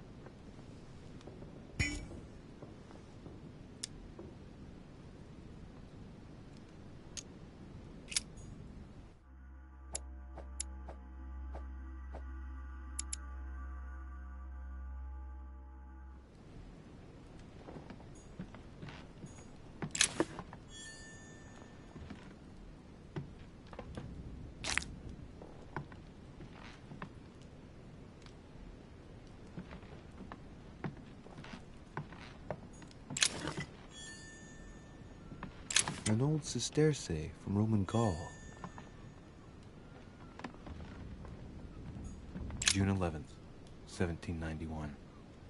My dear Elizabeth, your last letter gave me much cause for concern. Your words were so cold, as if emotions no longer matter to you. Father maintains that the secondary effects of your treatment still trouble you, but that they will soon subside. Should I believe him? I cling to the belief that we shall soon see each other again, at long last. Right soon. Your loving sister, Abigail. P.S. Don't forget to tell me what present you want. August 24th, 1792. Elizabeth, I am driven to despair and doubt there is any point in writing to you. I'm not even sure you'll receive my letters. Father controls my correspondence more and more. I am certain he filters our exchanges. Thankfully, one of the chambermaids is able to help me get my letters to you. But they still remain unanswered. I often think about you and pray every day to be able to hold you tight. We have so much time to make up. I beg you, answer me, please. Your loving sister, Abigail. P.S. That horrible woman came again yesterday. She spent a long time speaking with Father. I didn't understand everything because they spoke in French, but I'm sure they were talking about you.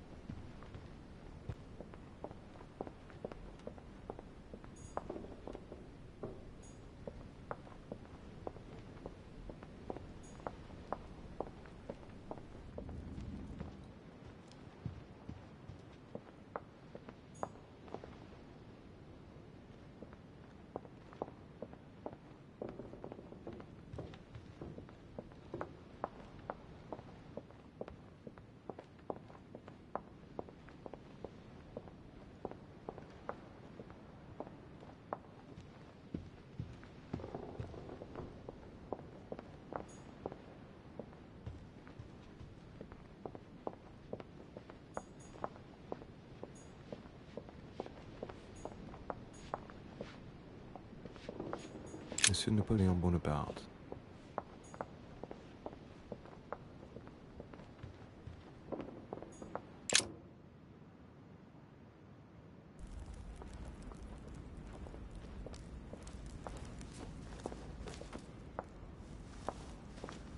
Excuse me, Monsieur de Richet? I really need to talk to you. Is this about last night? No, that was just a misunderstanding.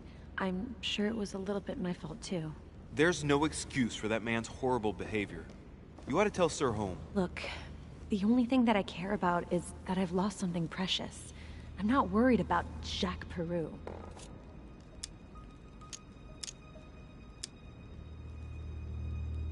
How's your eye? I've had worse. Please accept my apologies. If I'd stepped in sooner, you wouldn't have gotten that. My eye's nothing. Last night, I found out that your mother was on the island. What are you doing here? Excuse me, but speaking frankly, why would you care? I know your mother very well. If I understand rightly, you share a common past? Are you saying I've made it all up? You can ask her when you see her. Huh, she's getting more and more agitated. Look, I've got to go. Wait. I need to know more about you and my mother. Why did she put you through all of that? There must be some reason for what she did. What's the point of rubbing salt in the wounds?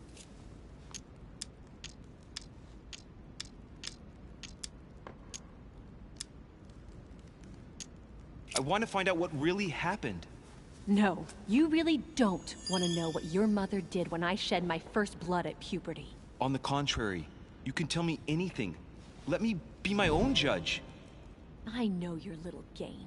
You're no different from the rest of them. You couldn't give a damn about me.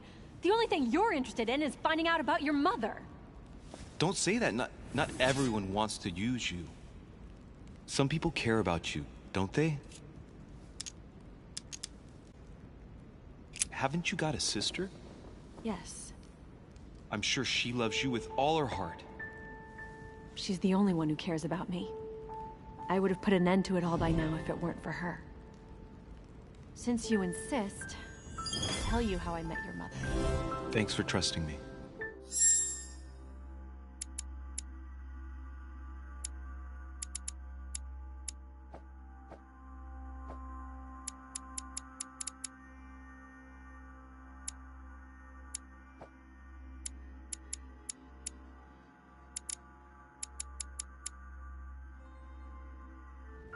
You see, before I was born, my mother often suffered from hallucinations and fits of anger.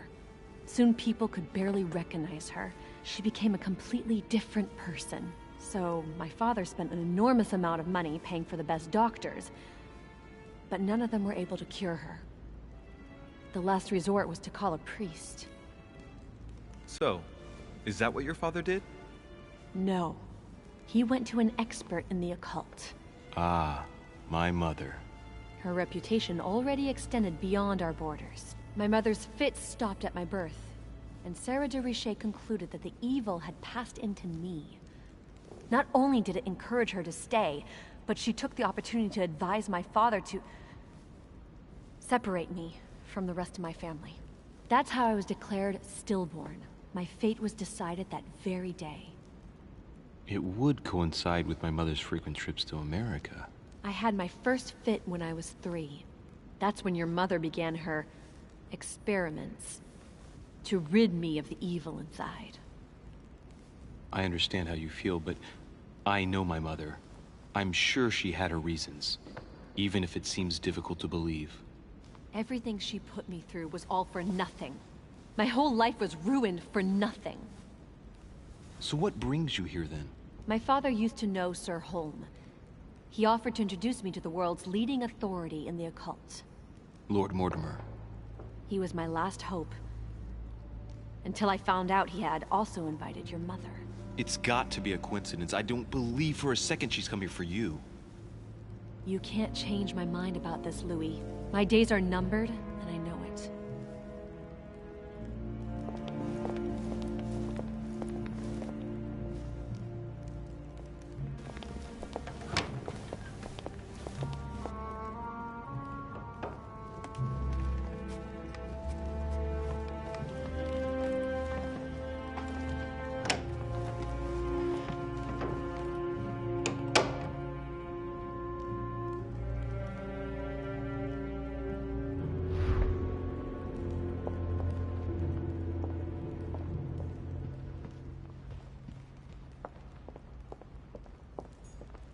What can I do for you, sir?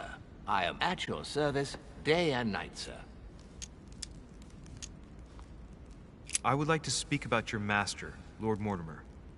Do please excuse me, sir, but I shall make no comment about my master. Is there anything else that sir would like to know? What can you tell me about the guests? Do excuse me, sir, but I am bound by discretion to say nothing about Lord Mortimer's guests, sir. Perhaps sir would like to know something else?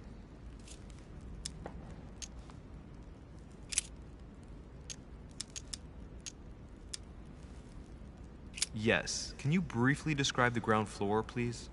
Very well, sir. On the ground floor, there are mainly living rooms. Sir finds himself at present in the Grand Hall. From the Grand Hall, Sir can access, on one side, the small salon, where the guests like to relax with a good book. From there, Sir can access the conference room, which is closed at present for preparations. That is where Lord Mortimer likes to gather all of his guests for talks. From the other side of the Grand Hall, Sir may access the dining room. That is where Sir's meals will be served. From the dining room, Sir may benefit from an exceptional view overlooking the island. It is also the best way to access the portrait gallery, where a large part of Lord Mortimer's works are exhibited. And in the gallery, Sir will also find access to the garden. But Sir may be reassured the building is accessible on both sides, so that it surrounds the garden in question.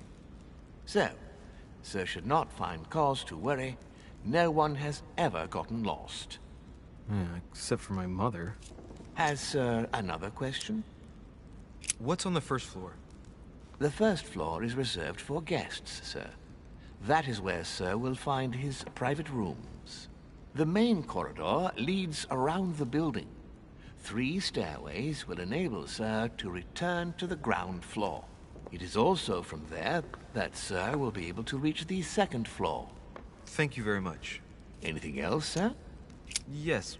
What can I find on the second floor? That floor is strictly reserved for Lord Mortimer, sir. In the west wing, on the second floor, are his private chambers. In the east wing are the rooms reserved for Lord Mortimer's personal guests. At the moment, these rooms are reserved for Sir Holmes, sir. But only authorized guests may access that area. Does Sir have any more questions?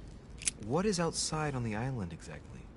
Lord Mortimer has made a point of keeping the main part of the island in its natural state, sir. For security reasons, only the wharves and the gardens are accessible to guests. If Sir would like to walk along the wharves, he has only to follow the pathway used upon his arrival. If he would like to walk in the interior gardens of the manor, I would advise Sir to pass through the portrait gallery. May I help Sir in any other way?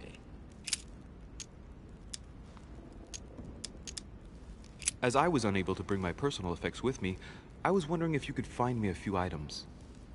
Of course, sir. What would you require?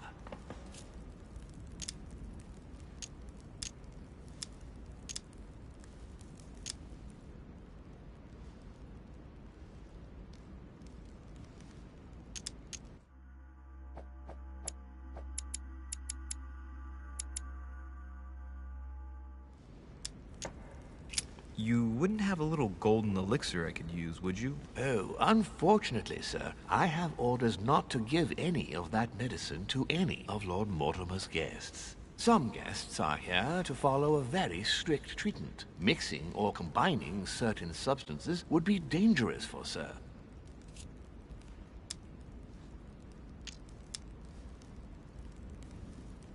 My good fellow, you're right. One should never mix treatments without the advice of an expert. It so happens that I usually make my own golden elixir, but I haven't brought my kit with me. Perhaps, in that case, would you fetch a spoonful of ethyl alcohol, ethereal oil, and 10 milliliters of ethanol for me? Along with that, a small quantity of gold, please. Just a few crumbs will suffice. Ah, I see that Sir knows his subject. Therefore, I see no reason why I shouldn't give them to you. I hope that will be enough for you, sir. because I haven't any more. Thank you. That will be fine. May I help with anything else, sir? A little Carmelite water would do me a lot of good. Could you find me some, please? Oh, the tonics are under lock and key, sir. Lord Mortimer only allows access to them in cases of emergency.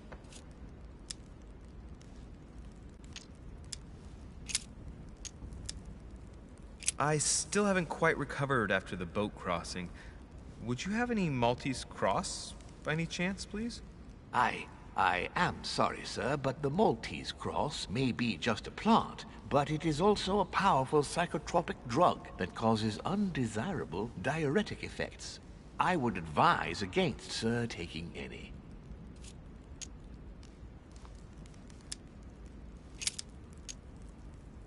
My good fellow, would you have any amber available? I would, but unfortunately I don't think I am authorized to give it out, sir. I believe it is a precious stone.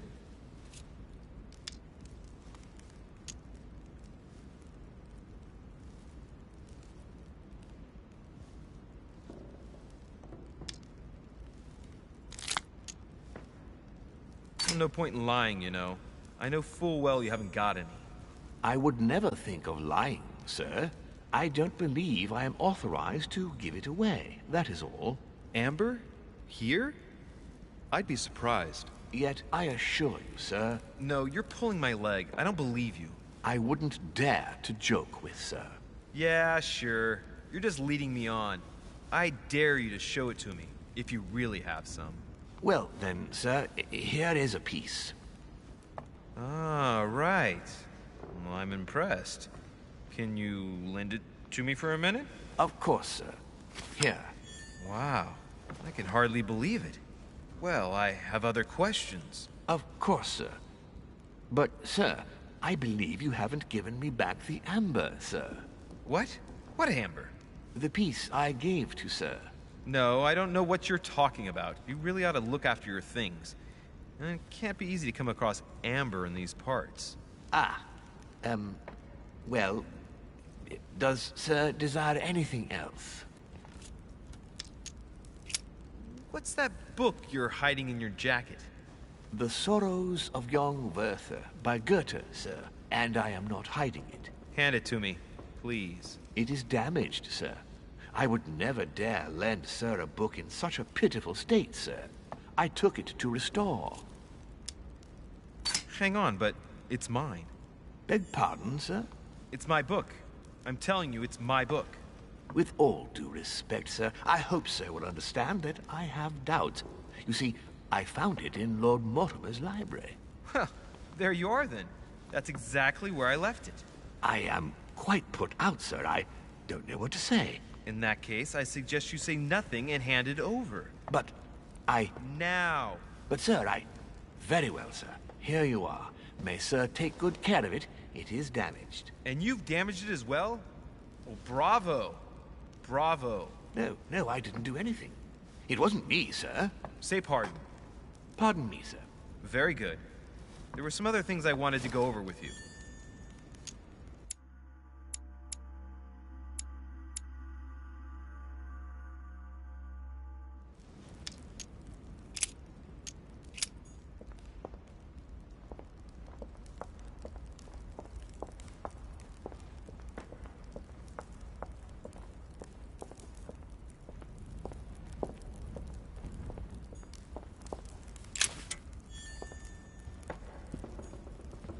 Golden elixir. I'll keep it for later.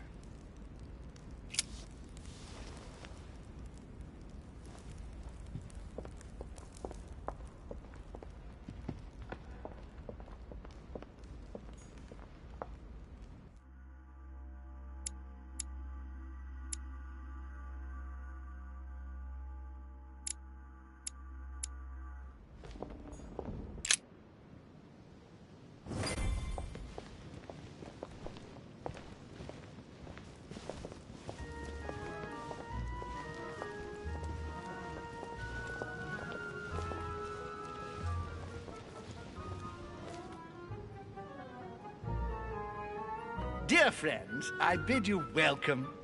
hope the night was not too short. Your Eminence, Duchess, Monsieur de Richet, allow me to introduce our new guests. They arrived during the night. Johann Christoph von Wollner, Minister of Religious Affairs and close aide of Frederick William II, King of Prussia.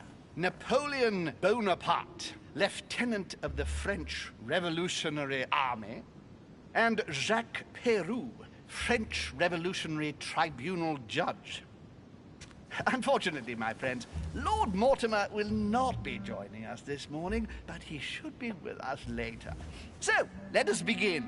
What is Mortimer playing at? He tells me to come urgently and he sends no one to meet me? Thank you again for the wine, Your Eminence. It is served every day at the king's table. I am delighted. Volner and Piaggi seem to be getting along well. Please, go ahead. What do you want to know? Surprising when you know Volner prohibited religious practices in Prussia. Renowned member of the Rose Croix Order, former Freemason, and great lover of alchemy. And look at Piaggi fawning over him. I really do have a problem digesting political protocol. My dear Johann, how are you? Glad to make landfall at last. And yourself? Very well. And your husband? He's poorly. The French Revolution gives him terrible headaches. Oh, I understand. I shall feel better too, as soon as the situation is settled. If by chance the French crisis is emulated in Berlin, there will always be a refuge for you in London, my dear. Your offer does you honor, Emily. But London is much closer to Paris than Berlin. Beware. The French are capable of sailing up the Thames straight to the Houses of Parliament. Oh, my friend, I am shaking in my clogs.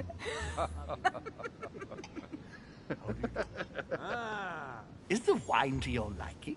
Very much so, Sir Gregory. Such complexity. Typically French. A Sauterne, isn't it? Absolutely. If I'm not mistaken, this is not Lord Mortimer's favourite wine. It is yours. In his absence, I have taken the liberty of making a slight deviation from the rule, but I count on your discretion.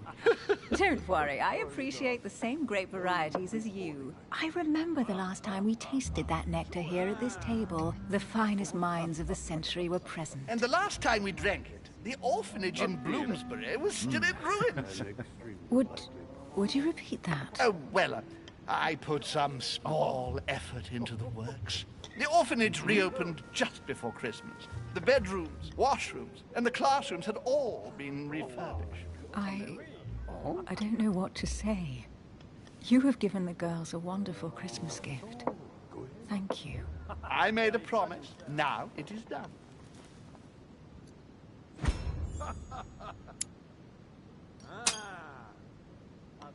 It's the first time I've ever seen her so moved. Just mention that orphanage broke right through Emily's hard shell.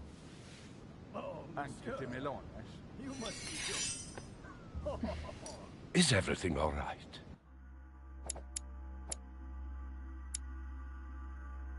Yes, thank you.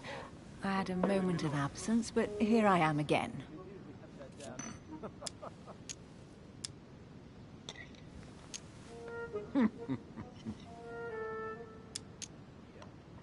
My lord, I only know the prestige of your name. Might I have the honor of getting to know you a little better? You are Monsieur... Louis Moras de Richet. De Richet. De Richet. A name with a nobiliary particle. Are you descended from a noble line? I am just a simple French citizen. Really? Oh, you seem nothing like a commoner. Especially compared to that wretch over there sharing our meal.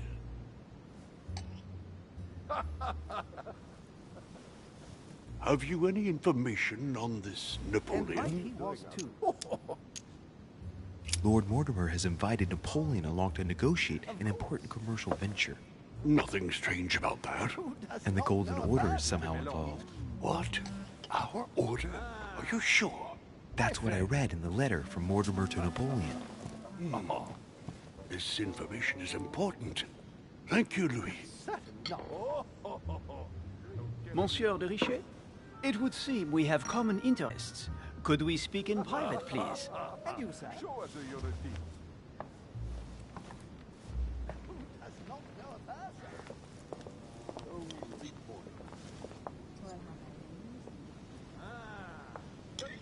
Lord Mortimer and the Golden Order, through your mother, have concluded a financial agreement. Stay composed, Louis. I'm listening. An agreement for cannons. Lord Mortimer assured me that you are to take over the project on behalf of your mother. You must know that I am deeply sorry about her disappearance, but I must validate the deal urgently if I want to be able to organize things properly. I haven't seen Lord Mortimer yet. I'm afraid I'll be unable to answer your questions. He assured me that you could replace your mother during her absence.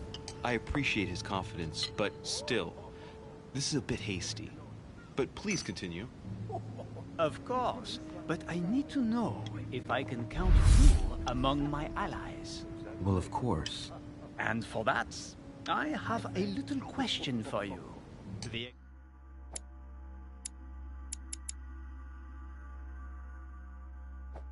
agreement stipulates an aid of 50,000 louis d'or for 200 cannons.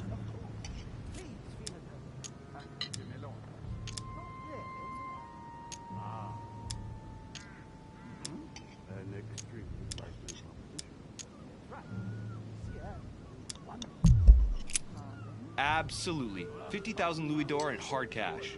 The offer I'm talking about was for only 20,000 louis d'or, Monsieur de Richet. The truth is, you really have no idea about our agreement. So, you're wasting my time. I need to work with people I can have confidence in, sir. The exact numbers may have escaped me. I suggest you wait for my mother's return in order to manage such details. I have one last question I would like to pose to you. We don't know each other yet, you and I. And I need to make sure that we both share the same vision for the future of France. Given the hard times that have befallen our beautiful country, what do you think it would take to restore its luster? I think what France is lacking today is a truly strong leader ready to govern her. Someone who will restore her luster, who will propel her forward so once again she becomes a proud nation respected by all. A man capable of both rebuilding the country from the inside and, at the same time, developing exterior relations. Someone with a vision, I think. The right person still remains to be found. You're right, my friend. I hear your words and I agree. Monsieur de Richet, I am reassured.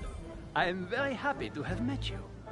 Lord Mortimer was right to put his trust in you. I hope to work with you in the very near future.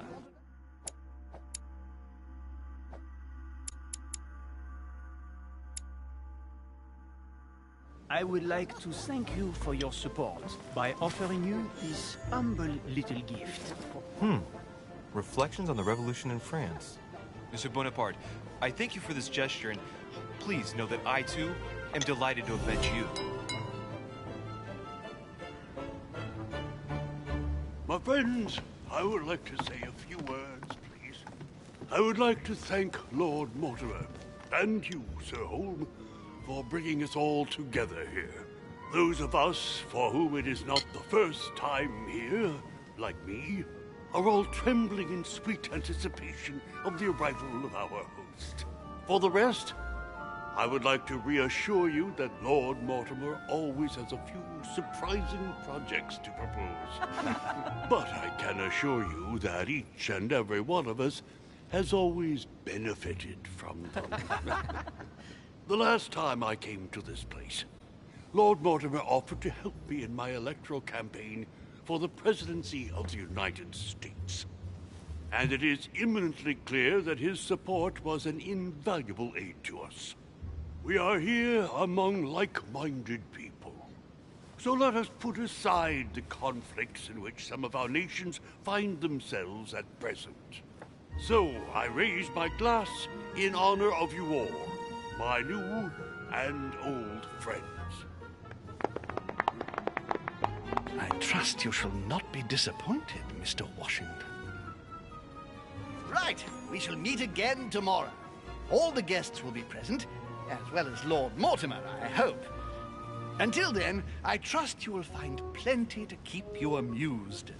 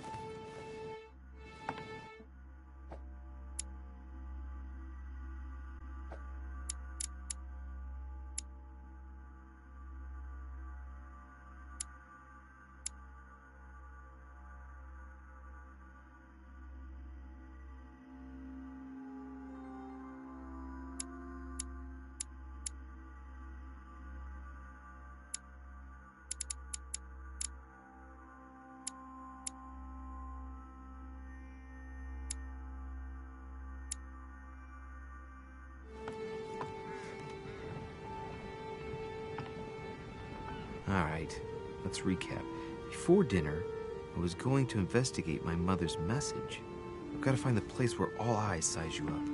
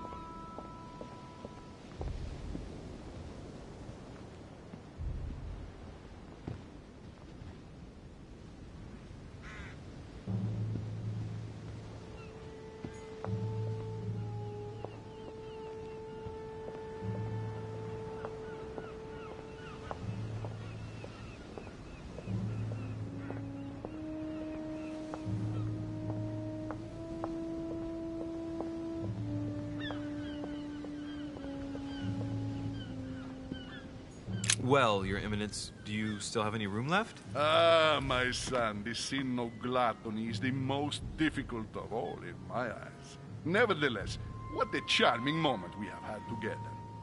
I'm delighted I was able to talk to Mr. von Wollner. We hadn't spoken to each other for an eternity. Yes.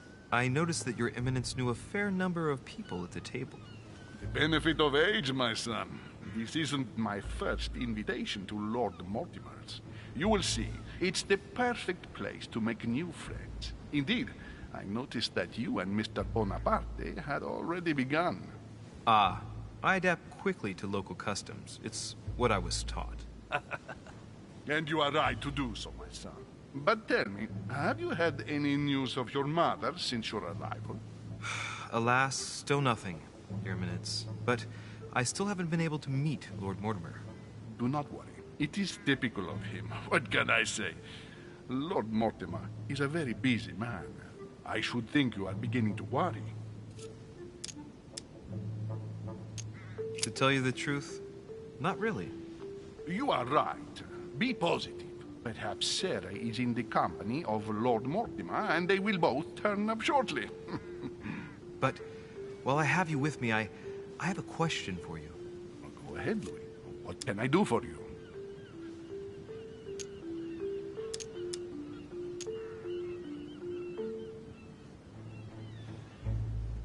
As I haven't visited all the manor yet, I wondered if you hadn't seen a Medusa by any chance. I beg your pardon?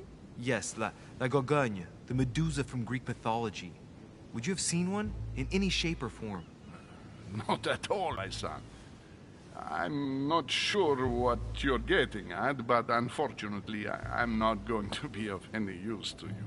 Thank you anyway, Your Eminence. I won't take up any more of your time. On that last word, then, I shall leave you to fight your demons. See you later, Your Eminence. See you later, my son.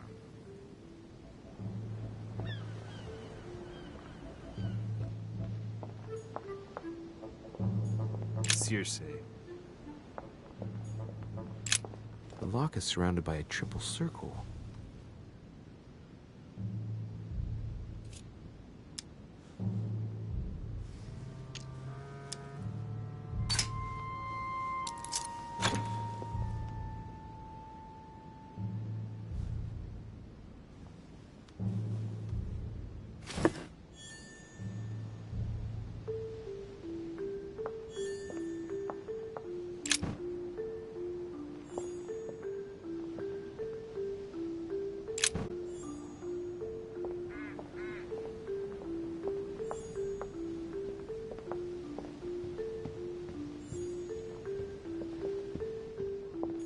Dining on ham. Well, that's very appetizing.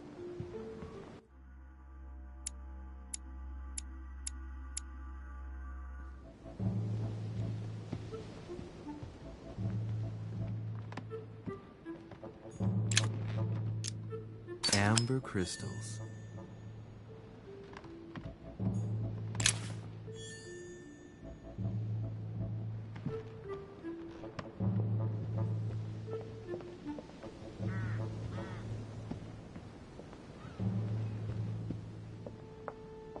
A swine in a salon. That's an odd choice of decor. This painting has caused some debate. Who did Dosi paint? Alcina the fairy or Circe the magician?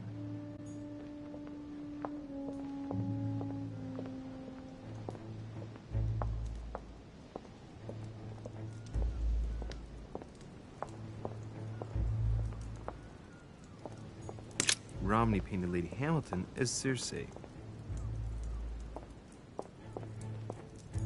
Circe preparing wine. What better trap for Ulysses? Discourse on the Method by Descartes. This book changed the way I looked at the world. The Conversion of Ulysses by Gours. Circe changing Ulysses' companions into swines.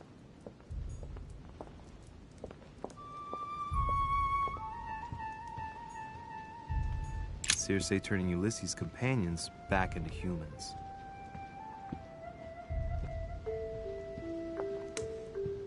Ulysses and Circe at the table. If I were you, Ulysses, I wouldn't drink the wine.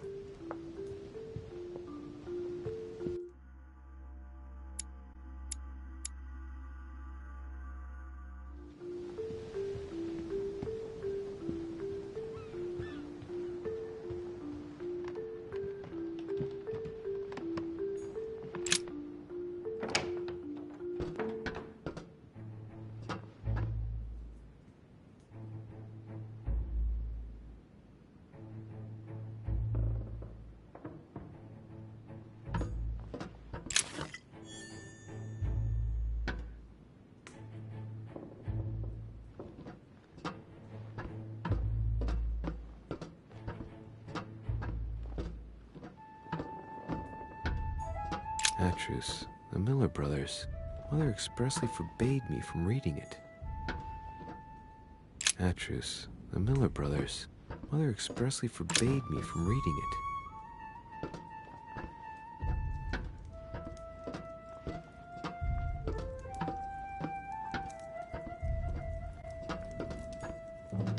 Pages out of an old encyclopedia.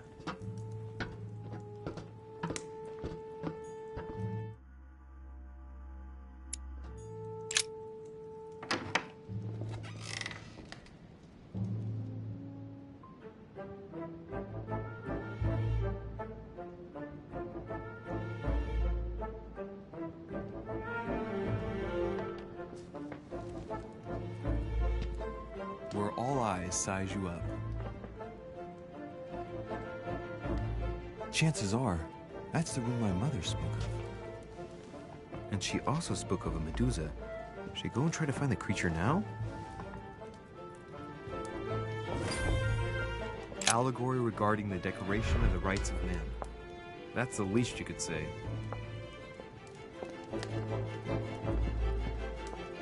Liberty or Death by Regnault. Well, I'll take liberty, please.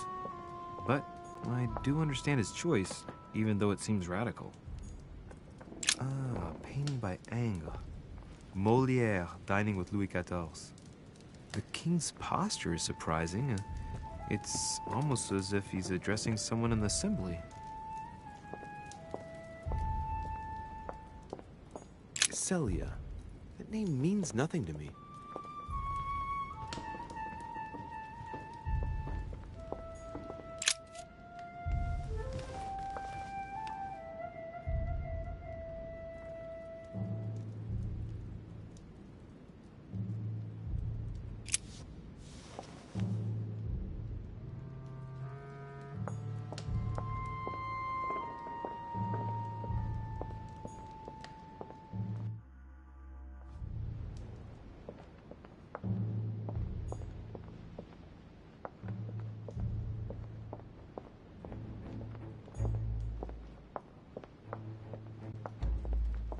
Christ Crucified by Velázquez.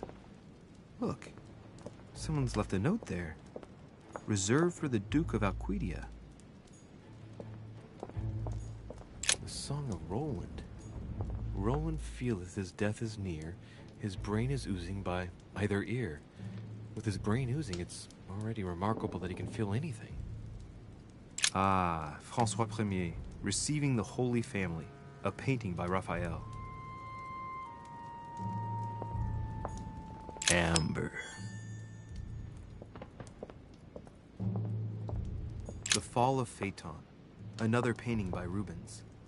Poor Phaeton, struck by lightning by his father Apollo for borrowing his chariot and losing control of it. Moral, don't steal Dad's chariot.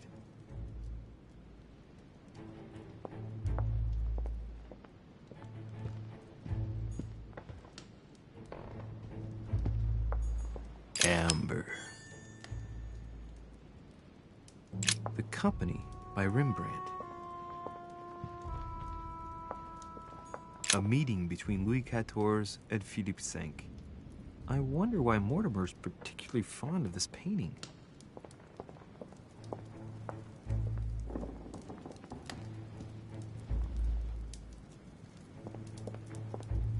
Carmelite water.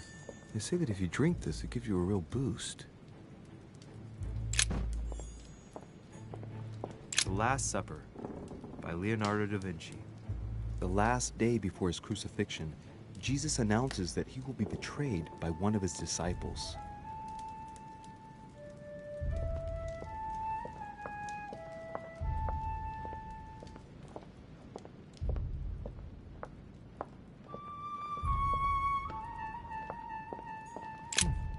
A painting with no name.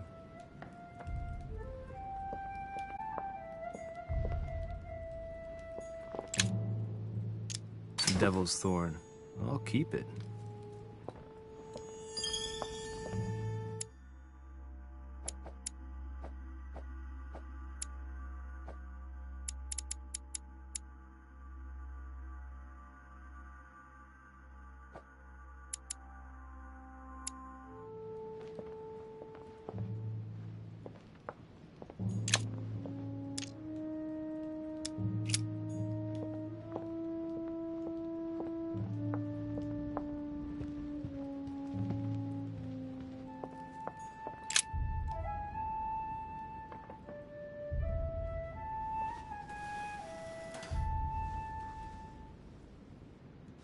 got to find out what Mother was trying to do with her.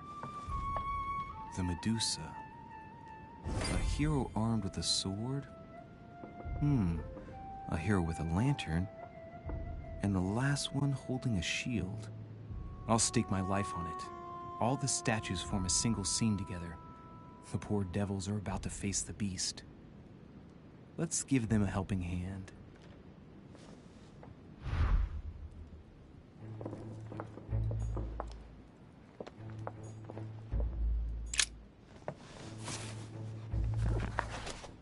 The Origin of Myths, a reinterpretation of legendary creatures. Just what I need. The text is in French on the left-hand page and in Latin on the right hand. Let's find the chapter on the Medusa. Hang on. This version is significantly different from the regular one. It recounts how men have always belittled women in society. Harpies, mermaids, the chimera, the hydra, the gorgons. Ah, the section on the Medusa. While some of the heroes divert attention from the Gorgon, the hero with the sword brandishes his weapon, the Medusa.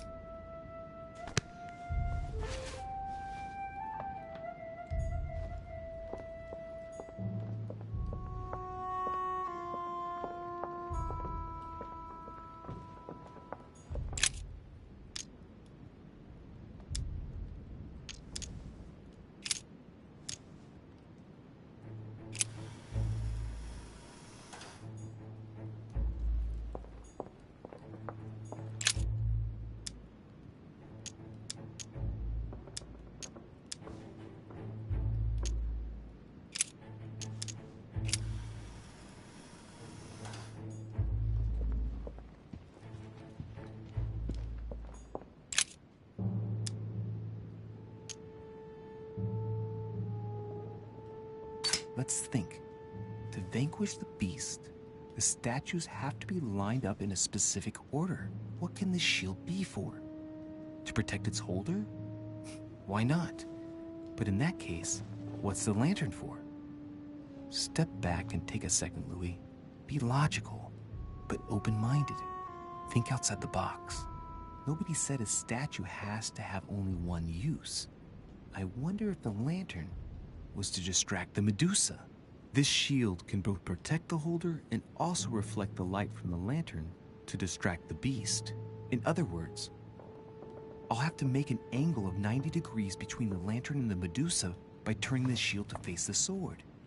If Mortimer's the one who thought of all this stuff, then honestly, he must have a screw loose. Crazy idea, but worth a shot.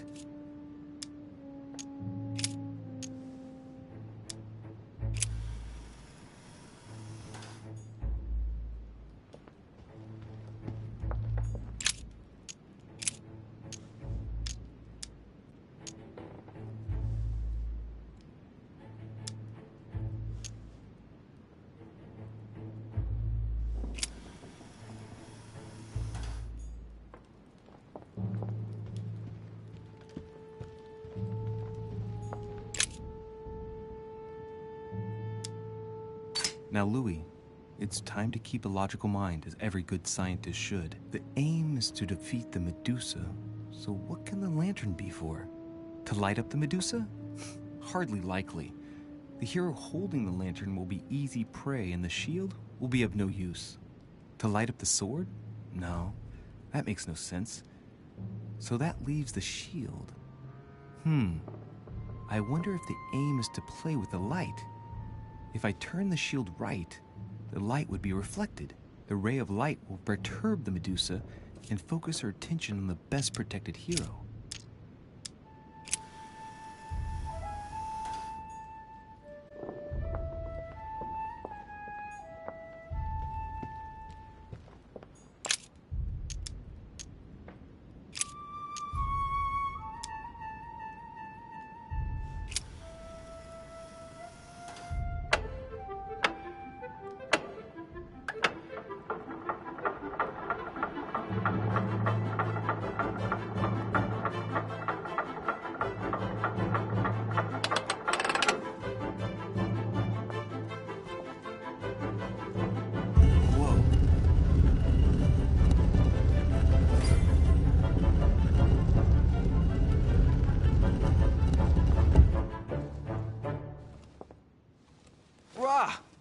Pete's sake, Emily!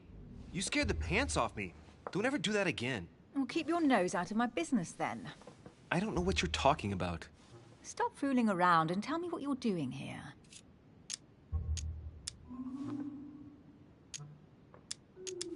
Oh yeah? So tell me what you're doing here. I... Yeah, just like me. Probably, but I asked the question first. Well then, we'll pretend you haven't asked me yet. What about a little gallantry, Louis? Come on, I'm listening. What are you doing here?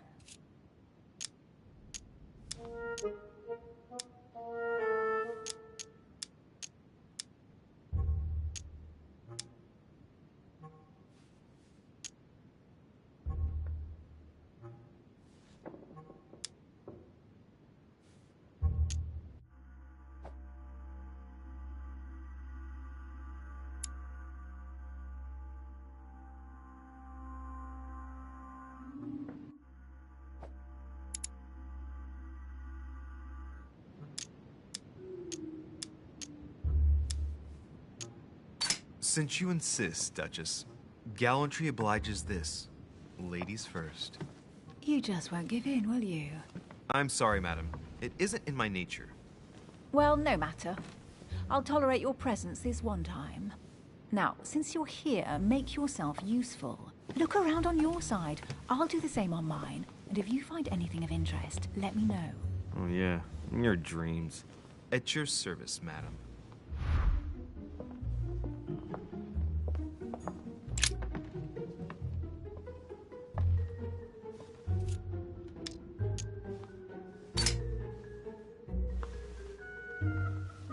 The heavenly symbols refer to Pandora's box.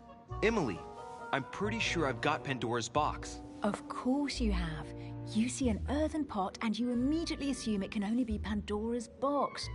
Logical. What I like about you, Louis, is that you never fail to surprise me.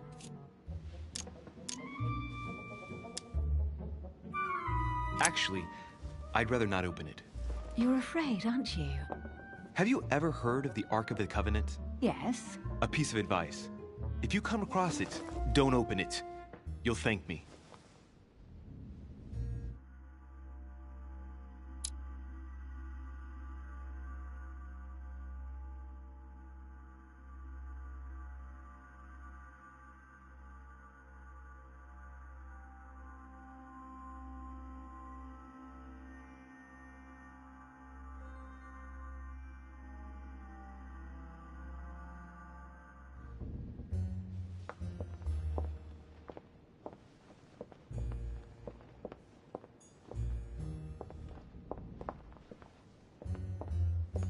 A golden fleece.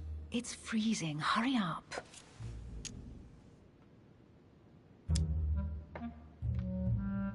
Do you think that can really be Jason's golden fleece?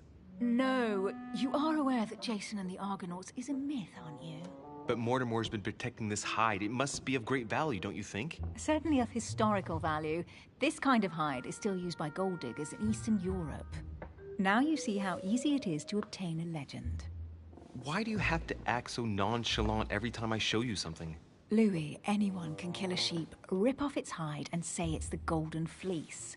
We're at Lord Mortimer's, not at some farmyard fair. You're just too skeptical. And you have a tendency to believe anything. Talk about an unlikely pair. Yet, you know opposites attract, don't you?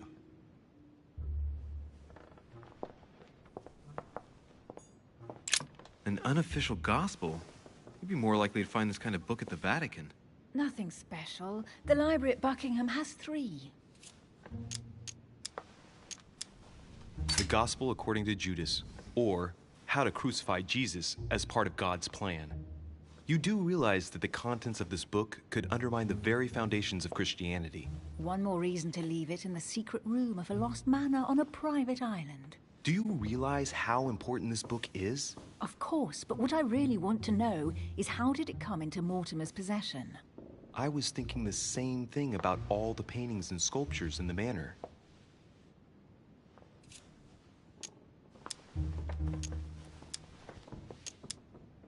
How did the English manage to get their hands on them?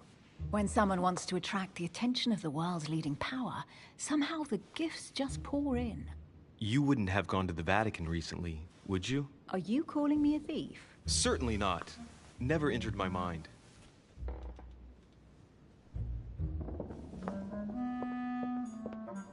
Hey, Mortimer's the author of this work. It talks about his passion for art. A cache.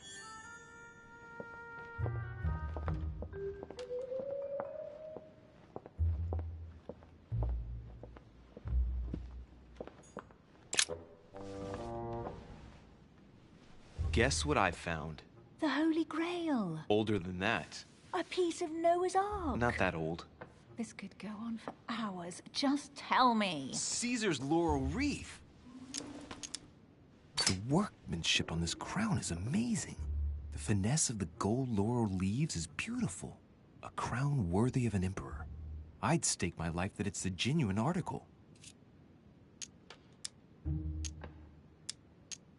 I can just see Mortimer dressed in a toga, wearing a laurel wreath, strutting around his manor all day long. You have a curious idea of Mortimer. Why? He's eccentric, like all the English are, isn't he? Well, if Peru stands for French grace, then if I were you, I wouldn't be making that sort of remark. Oh, looks like a pamphlet on different political regimes, written by Mortimer himself.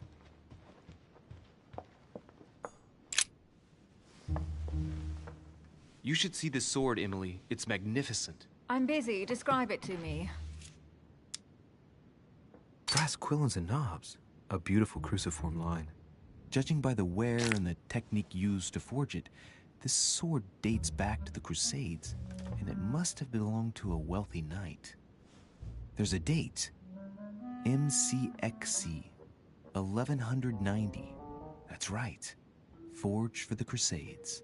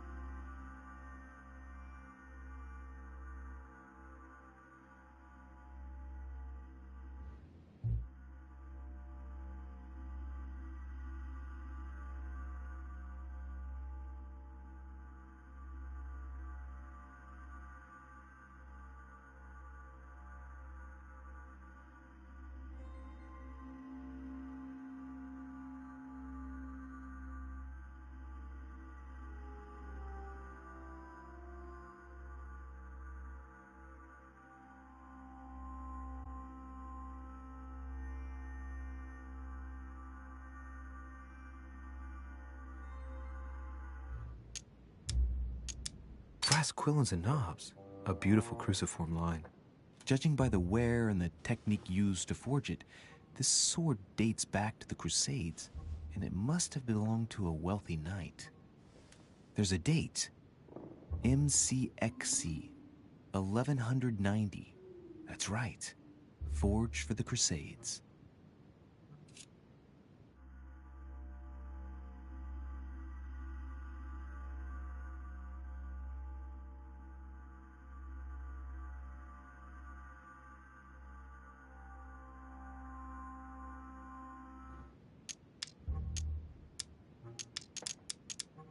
It really does look like Joan of Arc's sword. The famous Maid of Orleans.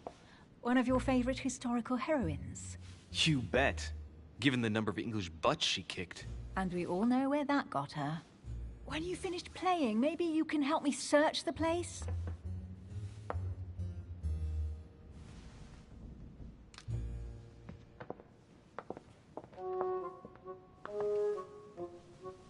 Here's something interesting. A manor in Maine, hundreds of acres of land in Catalonia, properties in Shanghai. Incredible. Some of these deeds are over 600 years old, and all signed by the hand of Mortimer. I wonder if that's what inspired my mother's attention.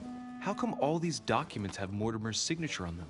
Do you think all these properties really belong to him? See those fine scratches around the words? Yes, and? The ink barely spreads on the paper. It spreads exactly the same way on the signature. The deed was written using the same ink.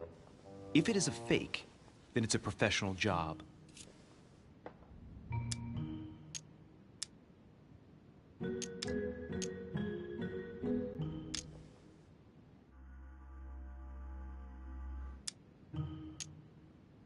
See those fine scratches around the words? Yes, and? The ink barely spreads on the paper. It spreads exactly the same way on the signature. The deed was written using the same ink. If it is a fake, then it's a professional job.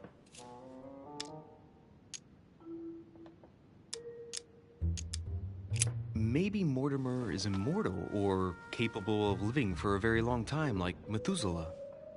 A first smile. Careful. Keep that up and soon you'll end up laughing. Carry on sprouting inanities like that, and indeed I might. These documents are intriguing, but do you really think that's what attracted your mother's attention here? And how do you know my mother was interested in this room? I didn't know, I just supposed she was. And you just confirmed it. So, do you think she found what she came for?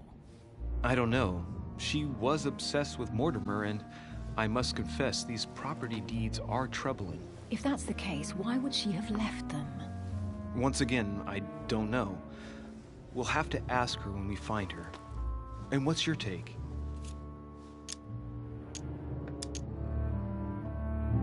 How did Lord Mortimer get all this? It's just crazy.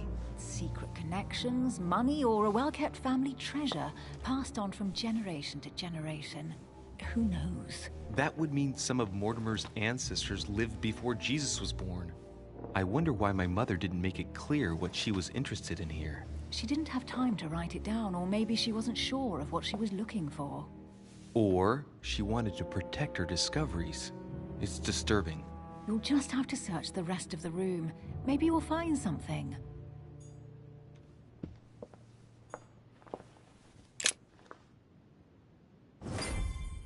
What is that you found? A cameo pendant. What's going on? Nothing. For crying out loud, Emily, you lunged for that jewel like your life depended on it. Tell me what this is about. No. We just met, Louis. I like you, but I can't just suddenly open myself up like a book to you. Listen, Emily. It seems pretty obvious to me that you haven't come here for the sole purpose of sampling Mortimer's cellar. Stop all the clever evasions and just trust me. And why the hell should I place my trust in you, Louis?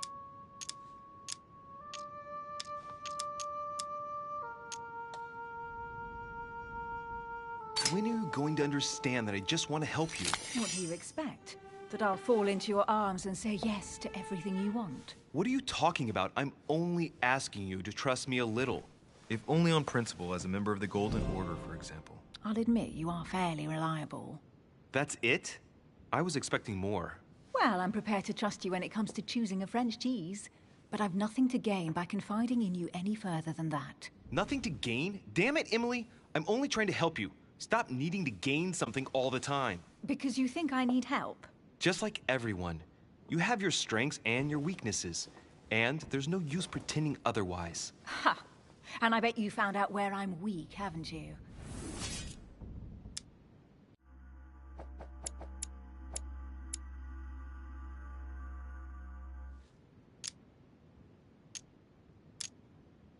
You think your scathing wit protects you, but in fact, it makes you blind.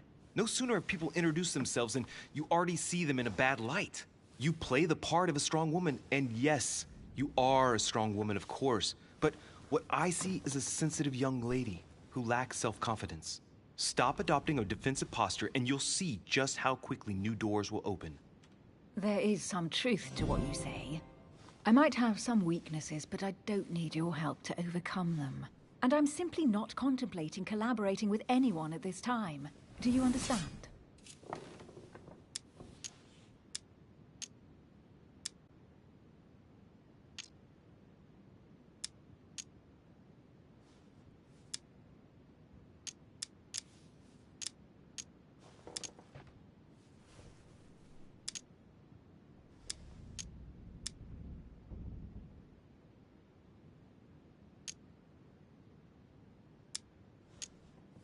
Well, one thing is very clear.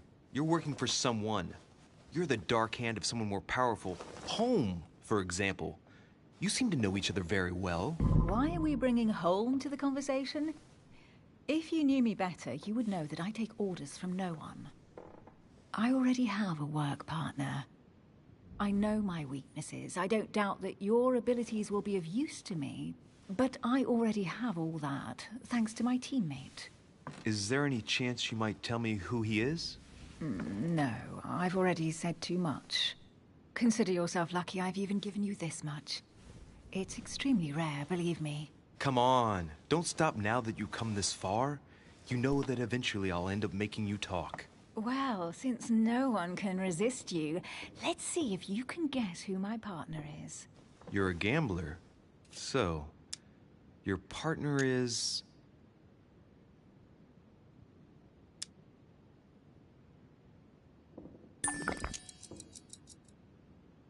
your sister. She's your partner. She's the one you're looking for. Well, I am impressed. How the devil did you guess I had a sister? Virtually no one even knows. When it comes to getting results, you are very good, I grant you that. You deserve to know why the sight of the cameo pendant affected me so strongly.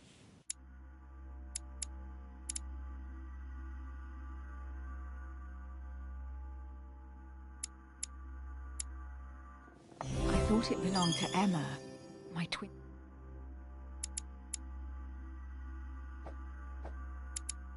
Sister. Oh. Now I get why you said you had a memory for two. Yes. You can't imagine to what extent, though. As children, everyone got us mixed up. So one day we decided to play along. Since then, we have become one and the same. We have officially erased the identity of my sister Emma. Emily Hillsborough. The woman with two faces. Clever. But isn't it complicated? How do you make it work? One of us has no existence in the outside world. We share everything. First for one, then for the other. We dress the same, wear the same makeup, we speak the same. We've learned to act as one. When we accept a mission, we both turn up. This time, though, she went ahead, and I was meant to wait for her on the mainland. She was meant to meet Sir Home and bring back the details, so we could work out who would follow up. And there was a problem? She was supposed to return from Mortimer's 1 week ago. The boat turned up at Plymouth, but alas, no trace of my sister. Instead, a sailor passed me a message from home, notifying me of her sudden disappearance. So, my mother and your sister go missing just a few days apart. That's strange. Maybe their disappearances are linked. It's clearly a possibility, but up to now I haven't found a trace of either of them. None of this is very reassuring. By the way, Louis, now that you are in on the secret, you are obliged to keep it to yourself. Or you will pay very dearly. Don't worry. Your secret is safe with me. It's time to leave.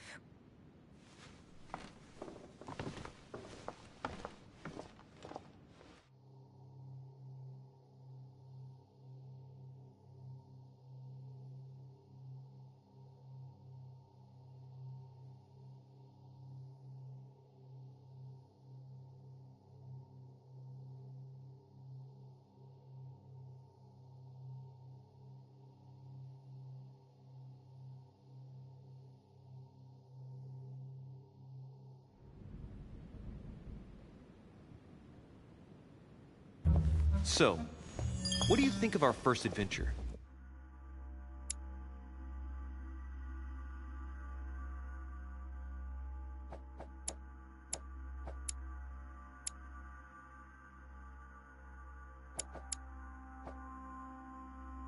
I must admit, it has been fun by your side. Same here.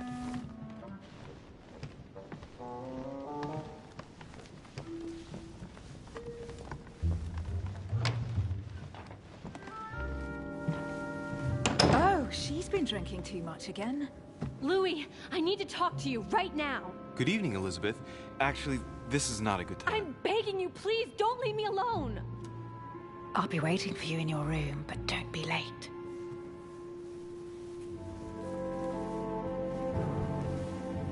I was sure there was a certain je ne sais quoi between us. Louis, we need to talk now. Otherwise, it'll be too late. Looks like Elizabeth really needs me, but if I start talking to her, for sure Emily won't wait for me. What should I do?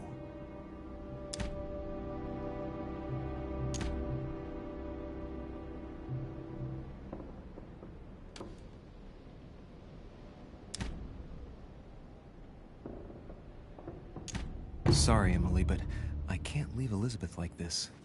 All right, Elizabeth. How can I help? Thank you. Come on, follow me.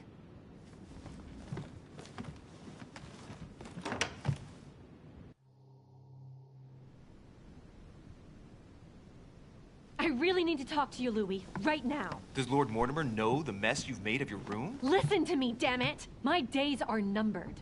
Elizabeth, I don't know if it's about my mother again, but I'm telling you, you've nothing to be afraid of. She didn't come here for you. I saw her. Saw who? You saw my mother? When? Just last night. I went out to walk along the cliff top and I saw her in the distance. She tried to hide right away, but I'm sure it was her. Are you saying you recognized my mother in the middle of the night while she was hiding? Yes, Louis. I know it was her. You just said she was far away, right? In the middle of the night. And the exterior of the island isn't exactly well lit. Listen, I'm telling you it was her. Did you talk to each other? No, she was far away. I didn't make any noise, and then she was gone. Have you told anyone you've seen her? Sir Holm? Mortimer? You don't understand. It's her. She's here. Yes, I understand. No, you're not listening. The moment I saw her, I was overcome by spasms. She's here. I'm telling you, it was her. Yes, I need something to calm me down.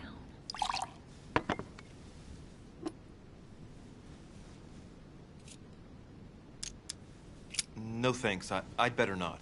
Listen, if you want me to tell you everything, you have to drink with me, Louis.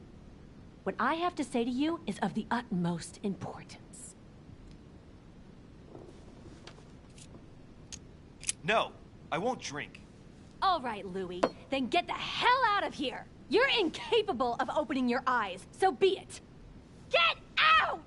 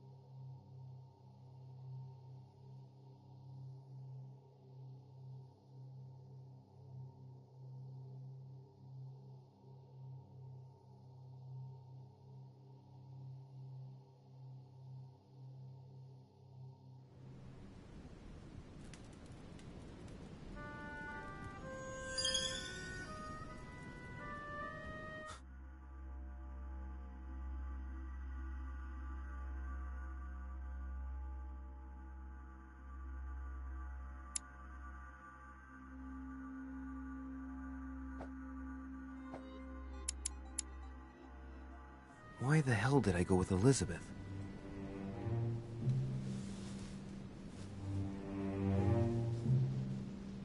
I could have spent the night with Emily, but no. I had to go play the night with a big heart. Oh, well, never mind. Tomorrow's another day.